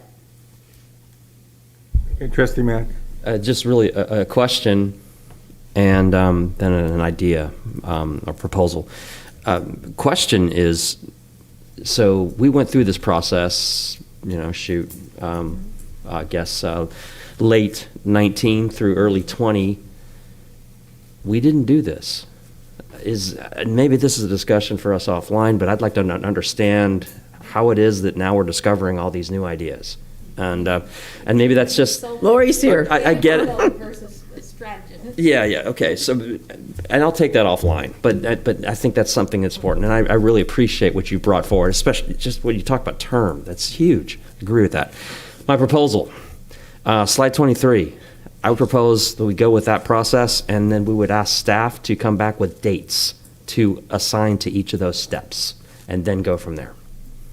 So that's broader than just getting through the survey. That's putting up proposals. Well, I'm basically saying let's adopt that process. The survey step one. Let's put some dates on each one of those things, doable? And not just dates, but also resources. Okay, so whether Dr. Derby says that's a doable proposal. Okay, so dates, resources being who and dollars, and then let's share that. Let's to the team's point.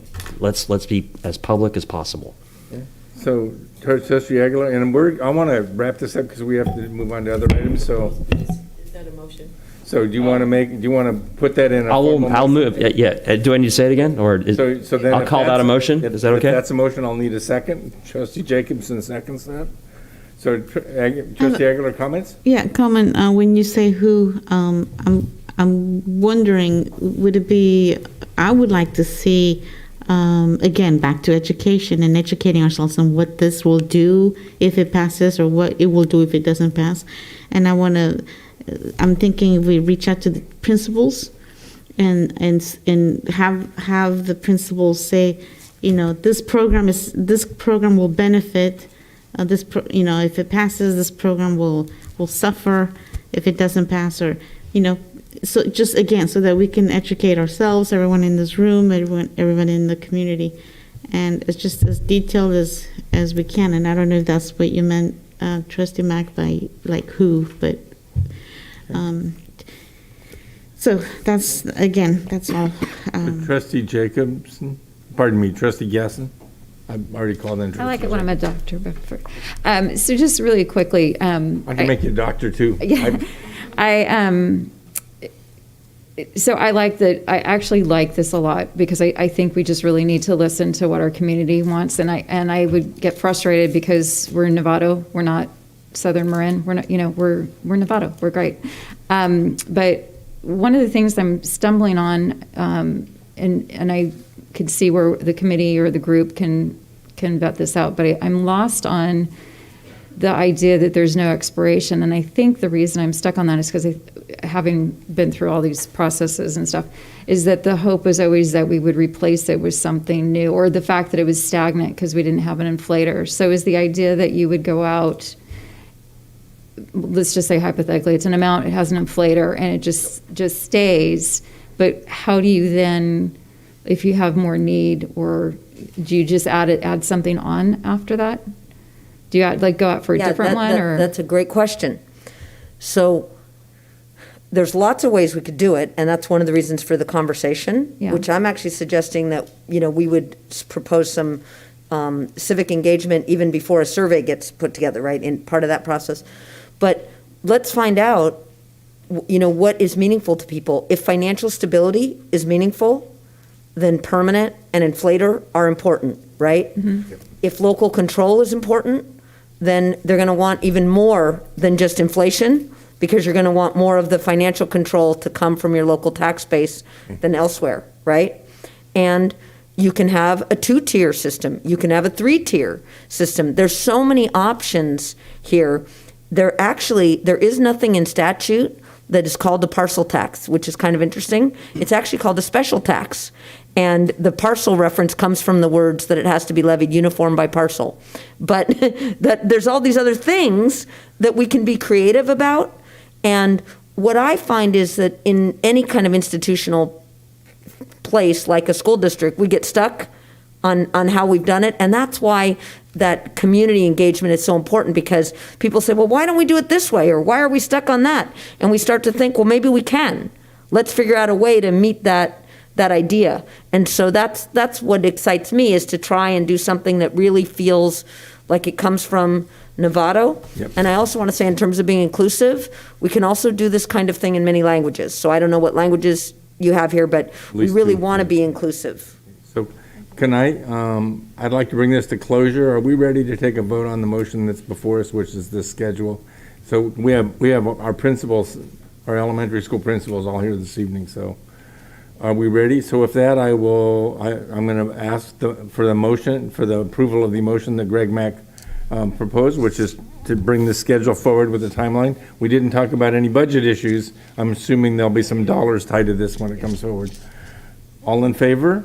An advisory vote. Danny, thank you very much. 7 trustees in favor, none opposed. Lori, team, thank you very much. Thank you. William, thank you.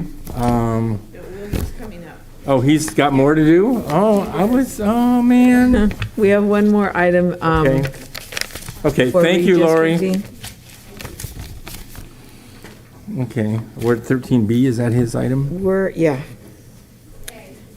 It's A, remember we had to switch We it. switched Yeah. them. We switched A to B, and then B became A, and now we're We're doing approval of redistricting analysis. districting, yeah. Okay, So we had some, just really briefly, while William's getting ready, we had some celebration because we thought we weren't going to have to redistrict, because we thought that our threshold was less than 10% change with the new census, but it's not. So now that we know that, there are some changes that are required so that we are aligning ourselves with the new census. I think that's important for us to be transparent about and to share that this is what needs to be done. William we have the phone?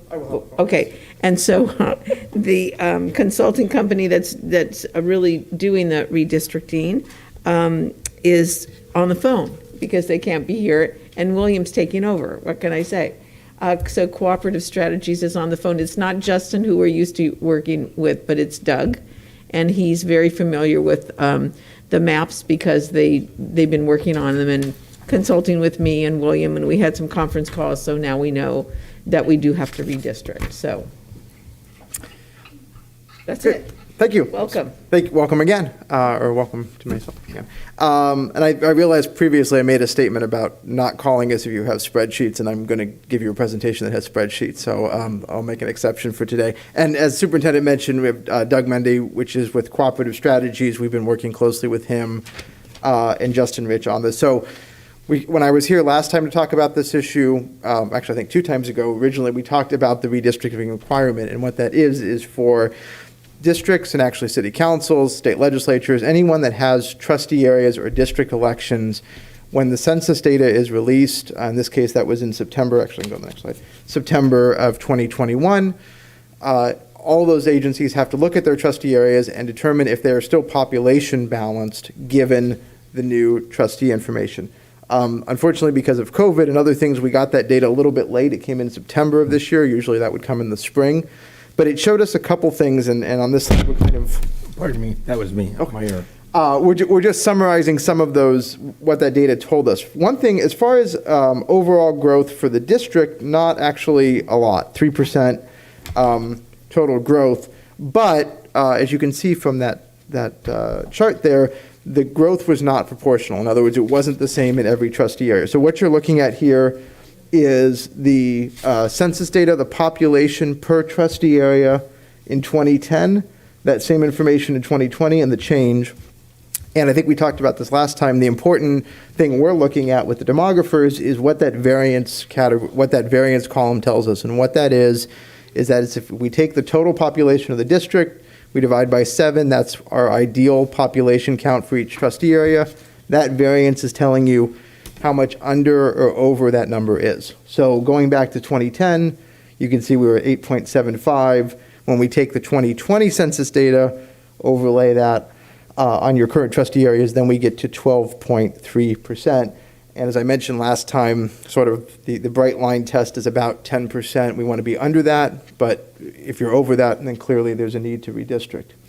And as you can tell here, when we'll get into this a little bit further, what you can see is if you look at trustee areas 3 and 4, and you go over to the 2020 census where there's a variance, you can see 3 is 8% high, 4 is 4% low. So that's the primary cause really of that 12.3 number, is those two areas being disproportionately, either in one case not growing very much or in the other case growing a lot. And so that's what we'll be talking about in a minute. The other thing that I wanted to just briefly reference, or it was referenced by the superintendent, was some of the challenges that we ran into with this analysis. One thing that actually we were seeing with your district and others at about the same time when we were working through this was between the 2010 census and 2020 census, the Census Bureau decided that there were 200,000 census blocks, which is the data, how we get data and population, that they didn't think were worth having anymore. And so what they did was they'd take 3 or 4 census blocks that we used to have separate lines for with data, and they put them all together and gave us one big block, which is much less precise. In your district's case, in a couple of places, that happened right on trustee area boundary lines. And when the analysis first got ran, when we actually looked at the maps looked different. And we were trying to figure out why is it that the maps look different than they did in 2010? Well, the answer is those census blocks moved.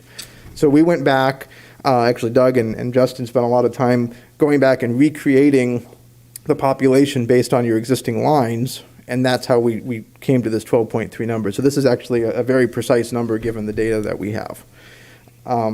So just, again, more background information as far as this is demographics for your district, and as we talked about last time, sometimes this is going to look different than your student population. Here we have total population, age over 18, and total population is what we use for the balancing. The other ones are really more for information. The other kind of category of information you get is what we call CVAP, which is citizen voting age population, so basically eligible voters. This is important when we look at whether or not you can draw a trustee area that is a majority, in California, usually either Hispanic, Latino, sometimes Black, African American, or sometimes Asian.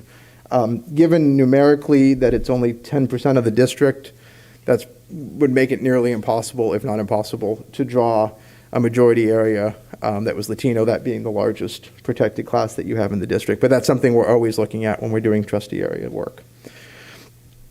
And I'll come back to this. This is your current trustee area map, so it should look familiar.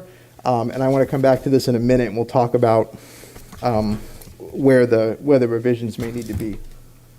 So this chart sort of summarizes everything we talked about. Where you want to be, I'm going to step away from the mic for 1 second so I can point.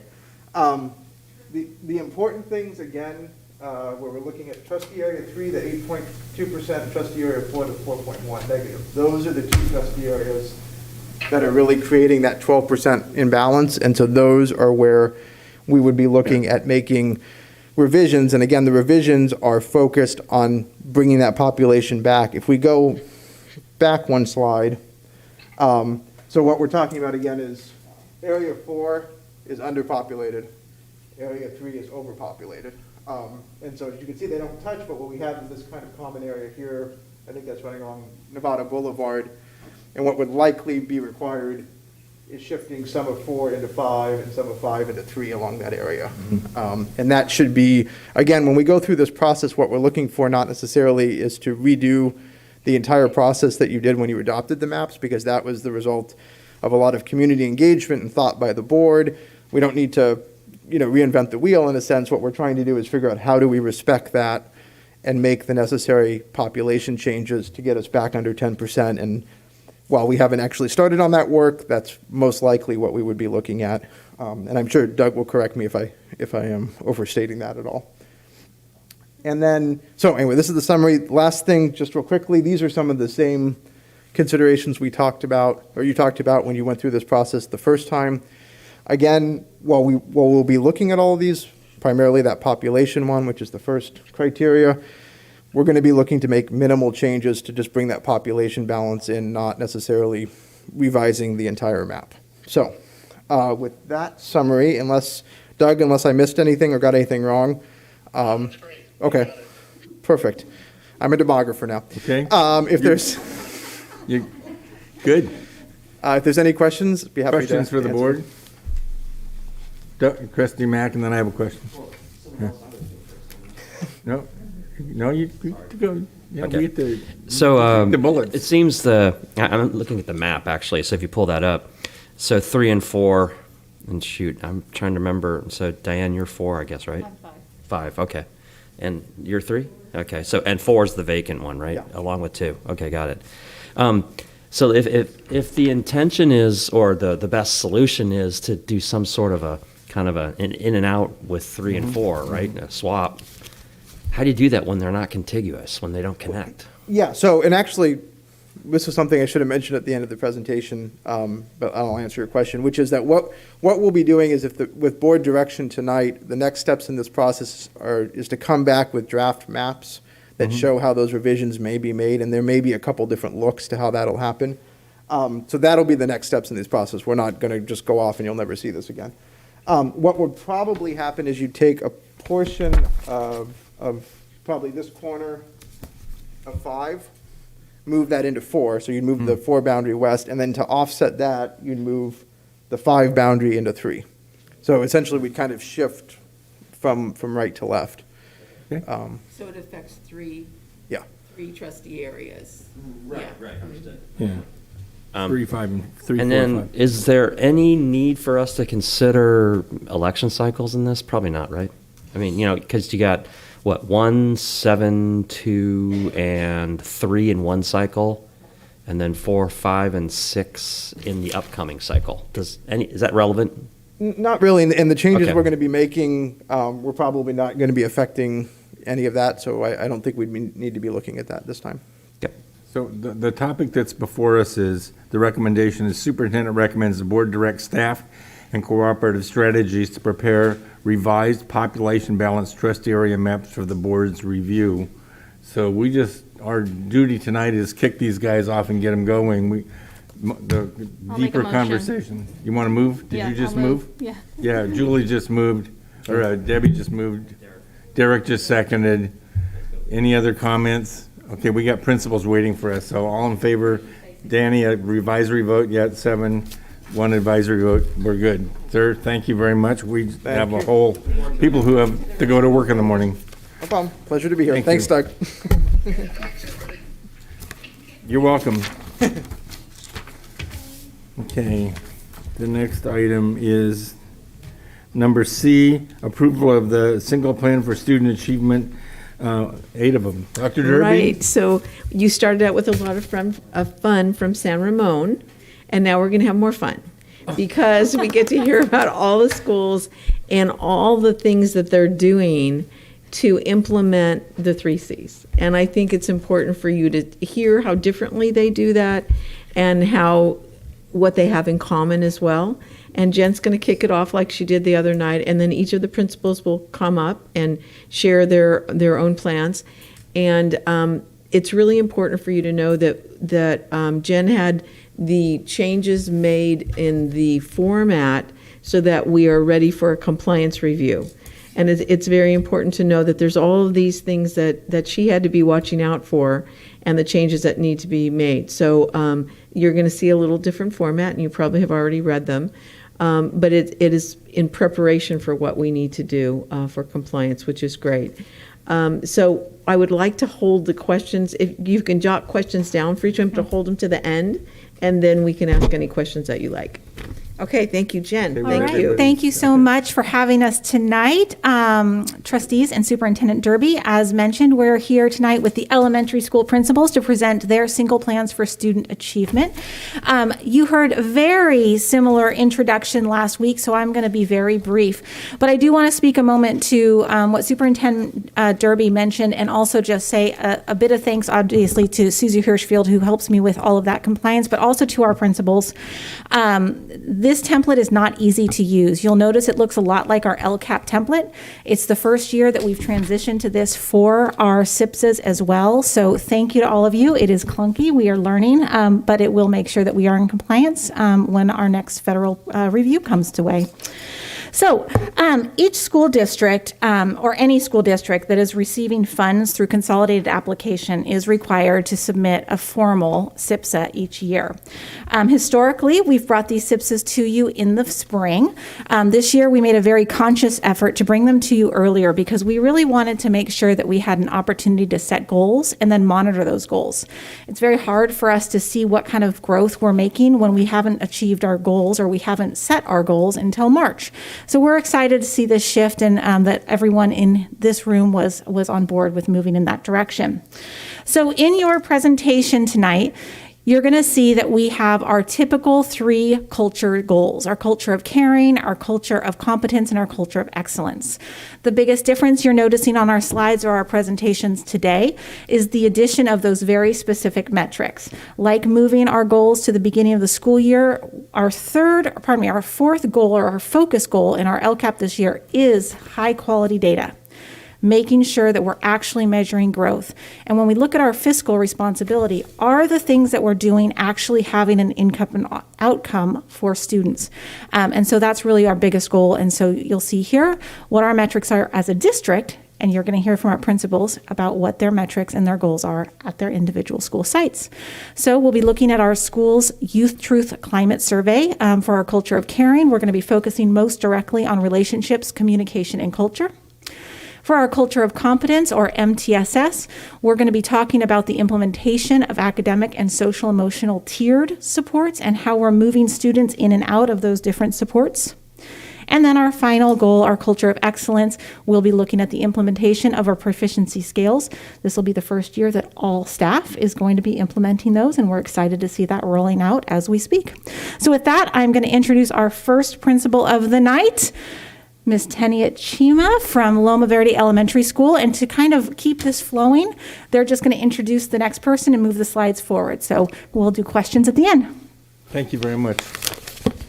All right, thank you so much, Jen. Good evening, Board of Trustees, Superintendent Derby. My name is Tenia Chima, and I'm privileged daily to serve as principal of Loma Verde. I'm here to present our single plan tonight. There's a lot of great work happening at all sites. There's a lot of great work happening at Loma Verde in this year of resilience and joy, and this is really a quick synopsis, because as Jen said, if we were to share everything, it would be here much longer. So our goals are focused around the 3 areas. We're continuing to foster a culture of caring.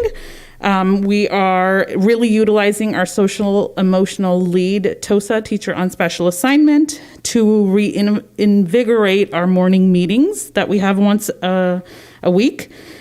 She's also working with small groups to develop social emotional skills for our students as they reintegrate back into school. And we're doing all of this around our campus to make sure that we're using a trauma-informed lens, and kind of hinting to what San Ramon shared too, to really build competency and agency and use strength-based language with our students. And so really highlighting what is something that they're able to do, that they're good at, so that we can build from that point forward. We're expanding our culture of competence. So really identifying at Loma Verde what are our tiers of support, tier 1, tier 2, tier 3, and doing all of that under the umbrella of data-based decisions. So using our data TOSA and our SEL TOSA to make sure that we have data for pre, for post, and that we're really tracking the progress of our students in their behavior goals, in their essential standards, and implementing data cycles effectively throughout. And we're also deepening our culture of excellence. really focusing on math and using our learning maps to involve our students in the conversation of where they are, where their progress is, how they're doing in their learning, from TK all the way to 5th grade.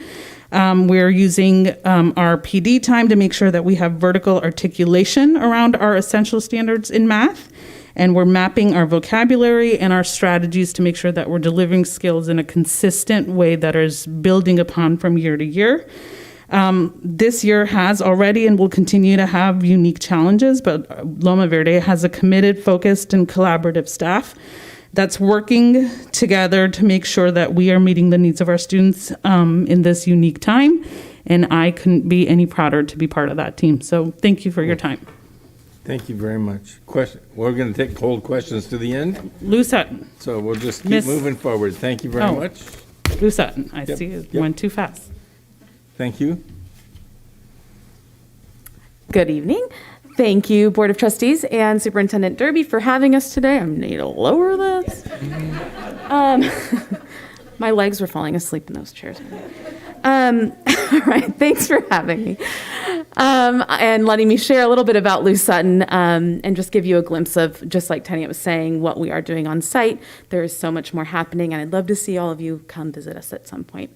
So within the culture of caring, we also have an SIL specialist who is working with students one-to-one and in small groups to support our students just with conflict management, any sort of social skills that they need.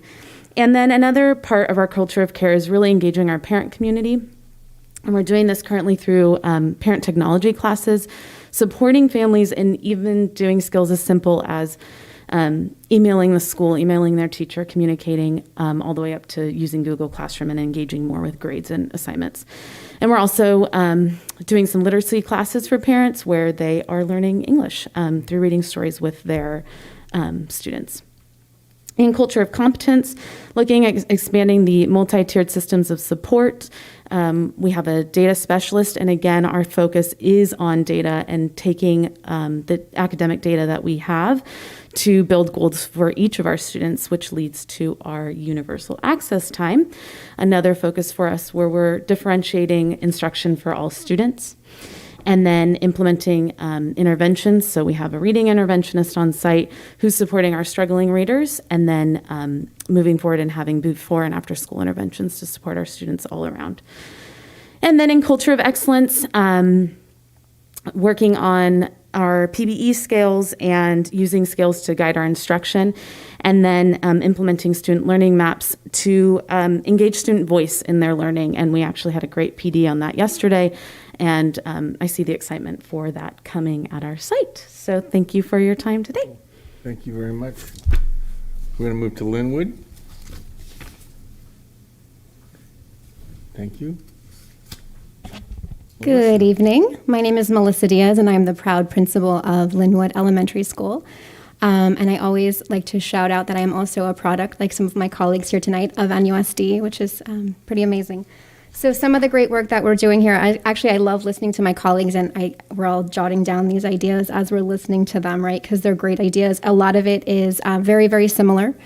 Focusing on our culture of caring, we are integrating a social and emotional learning into our academic and daily routines that aligns with NUSD 6 Cs.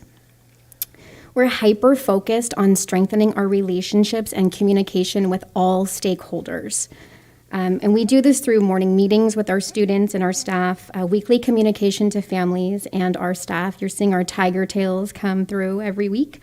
Revamping our SST process. And as we move to that culture of competence, I just wanted to add, because I'm hearing my colleagues say it too, data is woven throughout all of this. And so we're also utilizing our data under our culture of caring and into our competence. We are intentionally expanding a solid MTSS program at Linwood, very specific to our needs and our students, as well as our families and our employees. Through that, we have an MTSS team that we've established, and we meet quite often. We are providing universal access to our students. We have an MTSS coordinator this year, and we have an SEL and SST coordinator, as well as a reset classroom on site. Moving down into our culture of excellence, we are committed to clearly communicating learning outcomes to all stakeholders, specifically around our social and emotional learning as well as PBE. We're focused on using data to help build meaningful relationships, ignite curiosity, and really personalize the learning experience. And then finally, we are using culturally relevant teaching practices to build learning partnerships with our students. And next up, Olive. we have Olive. Yep. Thank you very much, Melissa. Good evening, board. My name is Lori Nuno, and I am the new principal at Olive Elementary School. I want to say thank you very much for having all of the principals here. It is nice to be able to let you know what we are doing at our sites. So at Olive, our school goals were created as a commitment to our students. If they invest in us, we will invest all of our available resources to them. Our first, for culture of caring, we do want to give our students a more diverse extracurricular focus. And so we have a certificated yoga instructor who comes in every week for 4 weeks for all of our TK to 5th graders. We also have in January starting our 8-week residency program with Youth and Arts. And our students are able to choose either visual or performing arts, and that is also available to all of our TK to 5th graders. And then we also have California Poetry.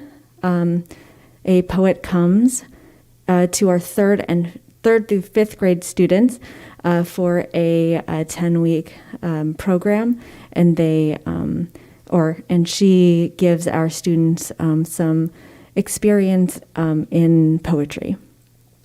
For our culture of competence, we offer our reading and math intervention teachers for any student struggling in those 2 areas. We also have an intervention instructional assistant who does push-in to all of the classrooms for that. We also provide a kindergarten and 1st grade instructional assistants, 2 of them, to support our kindergarten and 1st grade classes every day for a couple hours a day in small group and one-to-one support. For culture of excellence, we also have a data specialist who works with our teachers in their twice-a-month PLCs, and that is surrounded by our ELD work that we're doing. Thank you very much. Thank you very much. It's good to see you with the Farmers Market, Lori. Oh, thank you. Should I go with you? You want to do Pleasant? All right, and I have the very high honor of presenting for Pleasant Valley tonight. As many of you know, Tony Kwan is with family, had a family emergency, and so he'll be with him. I encourage you to read through his SIPSA. I will certainly not do this justice, so you'll get a lot more details through his SIPSA.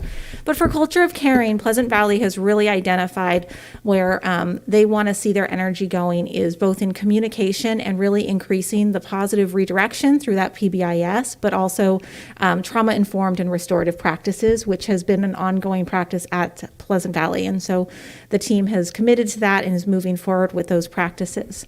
For culture of competence, similar to the others that you've heard, is the development of the multi-tiered systems of support. And as you can see at Pleasant Valley, they're really putting a lens on their emerging bilingual population to make sure that all students who need extra supports have access to what they need.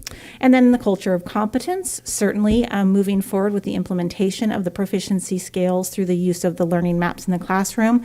Like the rest of the schools, there is a data specialist that's working and an interventionist on campus to support not only the data collection, but helping and working with the staff to analyze and work through the data cycle to make sure we're monitoring progress and moving students in and out of the different tiers as needed. So with that, I'm going to move on to Rancho. Ms. Catherine. Good evening. I'm Catherine Naum, and I'm honored to work alongside my community at Rancho. So a lot of the things that I have are very similar to my colleagues, which is very exciting in a unified district here. And some of the things that are a little bit different for Rancho, when we are working on our culture of caring, one of the things we have done this year is we have restorative circles, and we've hired someone who is just supporting our restorative circles with our students. So if there are issues on the yard or things that come up, there is a whole protocol for filling out a reflection form and then meeting together, working through that, hearing everybody's voices, and then coming up with solutions together to repair that harm and move forward. Along those lines, we have developed something called the Eagle's Nest, which is supporting a place for all students to be. It is an alternative place for students to be at recess with puzzles and games and art, reading books, and it is so successful. We have to have sign-up lists rotating through. So there are certain students who get to come every day because it's the place they need, and there are other kids who get to rotate through on a weekly basis. Looking at our culture of competence, we are really leaning in this year with our universal access time and using that time to identify our students who have needs, implement that intervention, and then monitor their growth. And working in our PLCs and at staff meetings, coming together to identify across grade levels who are our kids with the highest needs and what are we going to do? How are we going to meet their needs with small groups, either push-in or working with the teacher or maybe going out to another resource person. Along those lines, we are really using the Imagine Learning platform from Galileo. They have little mini quizzes in Galileo, and then in Imagine Learning, you can make playlists that identify exactly what each student needs. So our teachers are working really closely with our assessment TOSA to put those playlists together to help the kids. And thanks to our amazing TLT team, our teacher leadership team, we're really leaning in and pushing forward with proficiency-based education and looking at the skills and the learning maps. And yesterday we had just a fabulous led professional development where we had some really good conversations together. We set some goals and every grade level went back and made action steps on what they're going to do for their next steps. So it's hard to get everything into 1 to 2 minutes, but there's a little snapshot. Thank you very much. Well, there's more. Wait, how do I forward this? Enter? Okay. You're good. San Rome's on the screen. You're good. Kat, thanks. Good evening again, trustees and Superintendent Derby. My name is Amanda Langford. I'm the principal of San Ramon Elementary School into my 7th year, and so I'm very pleased to be here. So at San Ramon, as you saw earlier this evening, culture of caring is our number one, and we know that if we establish strong systems in our culture of caring, then students will feel safe and they'll be ready to learn. So we are focusing on expanding our social, emotional, and behavior supports to include, to foster inclusivity. And we're doing that by explicitly teaching school-wide lessons through various programs that we're implementing, Toolbox, Perspectives, and trauma-enforced training as well. We are increasing our social emotional interventions and procedures to support behavior management and regulation and using data to track to see how effective we are at doing so. Daily attendance and having a sense of belonging and having students having trust and clear routines are important, especially coming out of the pandemic. So secondly is our culture of caring, which is where we really try to individualize the education for all of our students and meet their needs. We've been doing this for 5 years now using MTSS system, and so we are trying to continue to create clear systems for behavior, academics, and social emotional support using the MTSS system. And we do that through universal access, where we have blocks of time for each grade level with all the support services throughout the week. And so we're working to revise and review the 3 tiers that we do have, tier 1, 2, and 3 for the supports. We are also strategically administering assessments, which connects to the data cycles and the use of our TOSA, as you've heard from my sister schools earlier, so that we can really strategically monitor student progress and ensure that they are they have the right interventions and the interventions they actually need. And then last but definitely not least, culture of excellence, which is where we really dive into that rigor and relevance of the curriculum and the teacher training that we need to provide our students the best education possible. And so we are all working together to implement proficiency-based education and utilizing all of the work that the TLT has done and rolled out for our schools with the essential standards, learning maps, and proficiency scales. San Ramon 2 is focusing a little bit more on math this year after looking at some of the district-wide data in CASP and Galileo to ensure that we are really targeting those interventions and including extension activities. And last but not least, designing strong lessons and assessments to match the learning targets and learning maps that are rolling out. So thank you. And with that, last but definitely not least, the best for last. Hamilton Elementary. You bet. Steph, hi. Good evening, trustees, Superintendent Derby. I'm Stephanie Parnell. I was the AP at Hamilton for a number of years, and now I am replacing Steve Hospodar as the principal this year. What I've noticed by listening to everybody's presentations is, and hopefully you've noticed, is our goals are very similar. Being a united district, that's awesome to see how we implement based on the needs of our community and their unique needs, but also learning from each other.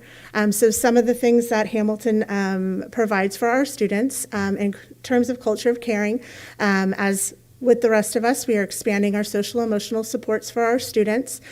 We've really been having a focus on our mindfulness program. It's something we've been working on for the last couple of years. We do have a mindfulness instructor that goes and teaches classes within the classrooms and does mindfulness activities. We've expanded that into our middle school as well, where there is a dedicated time on Wednesdays where the students do mindfulness activities with their teachers, and then also that mindfulness instructor comes in and works with them as well. We have a trauma team at Hamilton, and they attend trainings at MCOE, and then they bring back learnings to the rest of the staff. Through them, we've implemented calming corners in our TK through 5 classrooms and calming boxes to provide students with what they need when they are experiencing high trauma. We have a reset room on campus, again, to provide students a place to go to kind of get in the right mind frame, whether it's smelling essential oils or just taking some time to reset their brains. In middle school, we have a student lounge. It's actually a student-created student lounge from our Student Advocacy Council, and that is a place for kids to go during lunchtime to provide that quiet space where they can play games or just, have activities with each other. And then we're continuing our robust restorative justice practice. We have peer court on campus through our middle school conflict management run by students that we use for all of our younger grades as well. For our culture of competence, expanding our multi-tiered system of support, we have universal access time. We're not as far into it as some of the other schools, but taking our students and grouping them based on their needs within a grade level so they get the supports that they need. We implement data cycles, have been for a couple of years, where we're taking in data as a staff, organizing students based on their needs, using focal students so we can really give them targeted interventions, whether it's outside resources that are being brought in or within the classroom itself. We also new this year have something called RISE Readers, and that is through our foundation, RISE Scholars. And RISE Readers brings in, we have, I think, like 20 volunteers, and they come in on Tuesdays and Wednesdays, and they work with our second graders to really build their confidence in reading and to push them in, because as you know, when you get into third grade, you're no longer learning to read, you're reading to learn. And so it's really kind of trying to bridge that gap and push our students. It's actually really wonderful to see if anybody wants to come in and watch it in progress. And then of our culture of excellence, just like we all are, big push is proficiency-based education. We too had a PD yesterday with my TLT members that did an excellent job meeting with each grade level individually for their unique needs and where they were at, and bringing that into the classroom and using the scales within the classroom. We also provided an opportunity this past summer where we paid our teachers 5 days in the elementary and 3 days in the middle school to do what we call connect the dots and really put together a curriculum map for the entire year and really tying in the social emotional learning and with all of the academics that they have. So they had a solid plan in place moving forward and how they can implement PBE moving forward as well. And then student goal setting. Well, that's it. Cool. Okay. Here we go. Thank you all for the presentation. Questions from the board members? Trustee Aguilar. Yeah, I'm just curious for all the elementary schools for the culture of caring part of it. Are you guys still doing the do good, be kind? I know that that was happening at several schools. Rancho started it. So is there Ms. Larson, you want to organize this so we save us a little bit of switch time here? So yes, we had quite a few schools who were a part of the Do Good, Be Kind, and you'll still see the shirts around quite a bit, but not formally, no. Not formally. Other questions from trustees? Trustee Butler? I'm sorry, what was that? Trustee Butler? Can you talk about the student learning map? That was one of the things I kind of Yeah, absolutely. as I read through these. So the third step of our process, typically PBE includes the essential standards and then a proficiency scale. And early on in the process, the teacher said, we really want a student-friendly version of this. And so they developed their own version, which is the learning maps. And so those are the versions of the proficiency scales that you've seen in some of my presentations where the standard is in the center box, and all of these substandards or standards they need to achieve to get to that center box are around the edges. And so you'll see in a lot of our classrooms, the students, that's what they have, and they kind of are coloring in or they're checking off to see where they are. Nice. So it's a student-friendly version. And one of the things we actually came up yesterday through the PD was we heard from several departments at both middle and high schools asking for models because they'd really like to start using something more visually appealing to the students, even in the upper grades. So we're excited to see that expand. Trustee Mack? Just a quick question. As we get further toward full PBE, can you characterize how the parents are adapting to it and accepting it? Yes, I would say that I'm about 50% through every school's PTA. I think I have Linwood this week, and then I'm going to be at Sinaloa. So I'm working through. What I will say is there was a lot of misconception and misunderstanding. There's a lot of enthusiasm and excitement as I'm out there. I think the piece of it that is most it's what drew our teachers to this, that brought them to ask for this change early on, which is learning shouldn't be a mystery. It shouldn't be a surprise. And so it's PBE, while grading is an output, it's an output of everything. It's not what PBE is. PBE is a roadmap. It's simply saying, here's what you need to accomplish to be successful in this grade level or this content area. And here's the 9 things you need to do to get there. It's just having a very transparent system of what we define as success here in our schools. And so they're obviously very excited about that and seeing it develop. Other questions? Trustee Butler? How often do the sites look at data? How is there a cycle that they're? We recommend that cycles are about 6 to 8 weeks long, but it really depends. And you'll hear almost all of our schools brought up their SST or their data cycles. So having that data specialist on site who's working directly with the principals and with the staff, they're determining what each student needs. You guys could answer better than me kind of what those cycles are looking like right now. Typically 6 to 8 weeks. They don't want to talk anymore. They're tired. They're tired. Other questions? If not, what's before us is a recommendation by the superintendent and staff to approval of the 2021 single plan for student achievement for the elementary schools. That's correct. Yep. So if I could have a motion to that effect. Moved by Trustee Gaston, seconded by Trustee Butler. And our student trustee is headed home to get her homework done. With that, if there's no other conversation, I'll ask for a vote. 7 trustees in favor, none opposed.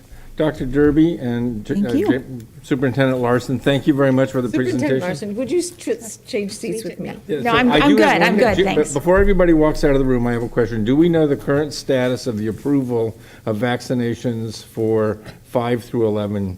Not yet. Not yet. We don't. We're We haven't. getting closer. We're getting closer. That's all we know. I Okay. just want to thank all of you. You were a fabulous, the unification of what you're doing together and following the goals that are set by the board and by the district it's very impressive, and I want you to know that. I very much appreciate all of you. Thank you. Thank you so much for staying late and keeping us company in this wonderful place. I have one more item before us this evening. And Barbara's walking out. Approval of declaration of need for fully qualified educators. Right. Brankovich? And I'm last again. You know, but, Yeah, you it's know. been that kind of night. No, this is simply a correction. When this was originally submitted to CTC, the page that lists, page 3, that lists the authorizations for single subject permits, all of those subject areas were left off. So it's not a big deal. The documentation started to come back, and Michelle Gassner's going, what's going on here? And we finally found out that that had been omitted when submitted. So it's not a major deal, but you guys had to approve it again. Okay, so with that, I'm Diane Gasson.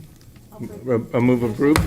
Second by Trustee Mack. All in favor, 7 trustees in favor, none opposed. But we're going to start moving you up in the batting order. You're fast. Maybe, I think it's you guys saved me for the last because I just don't have a whole lot to say about it. It's just move on. Okay, I believe that takes us to the end of our agenda for this evening. With that, we are adjourned.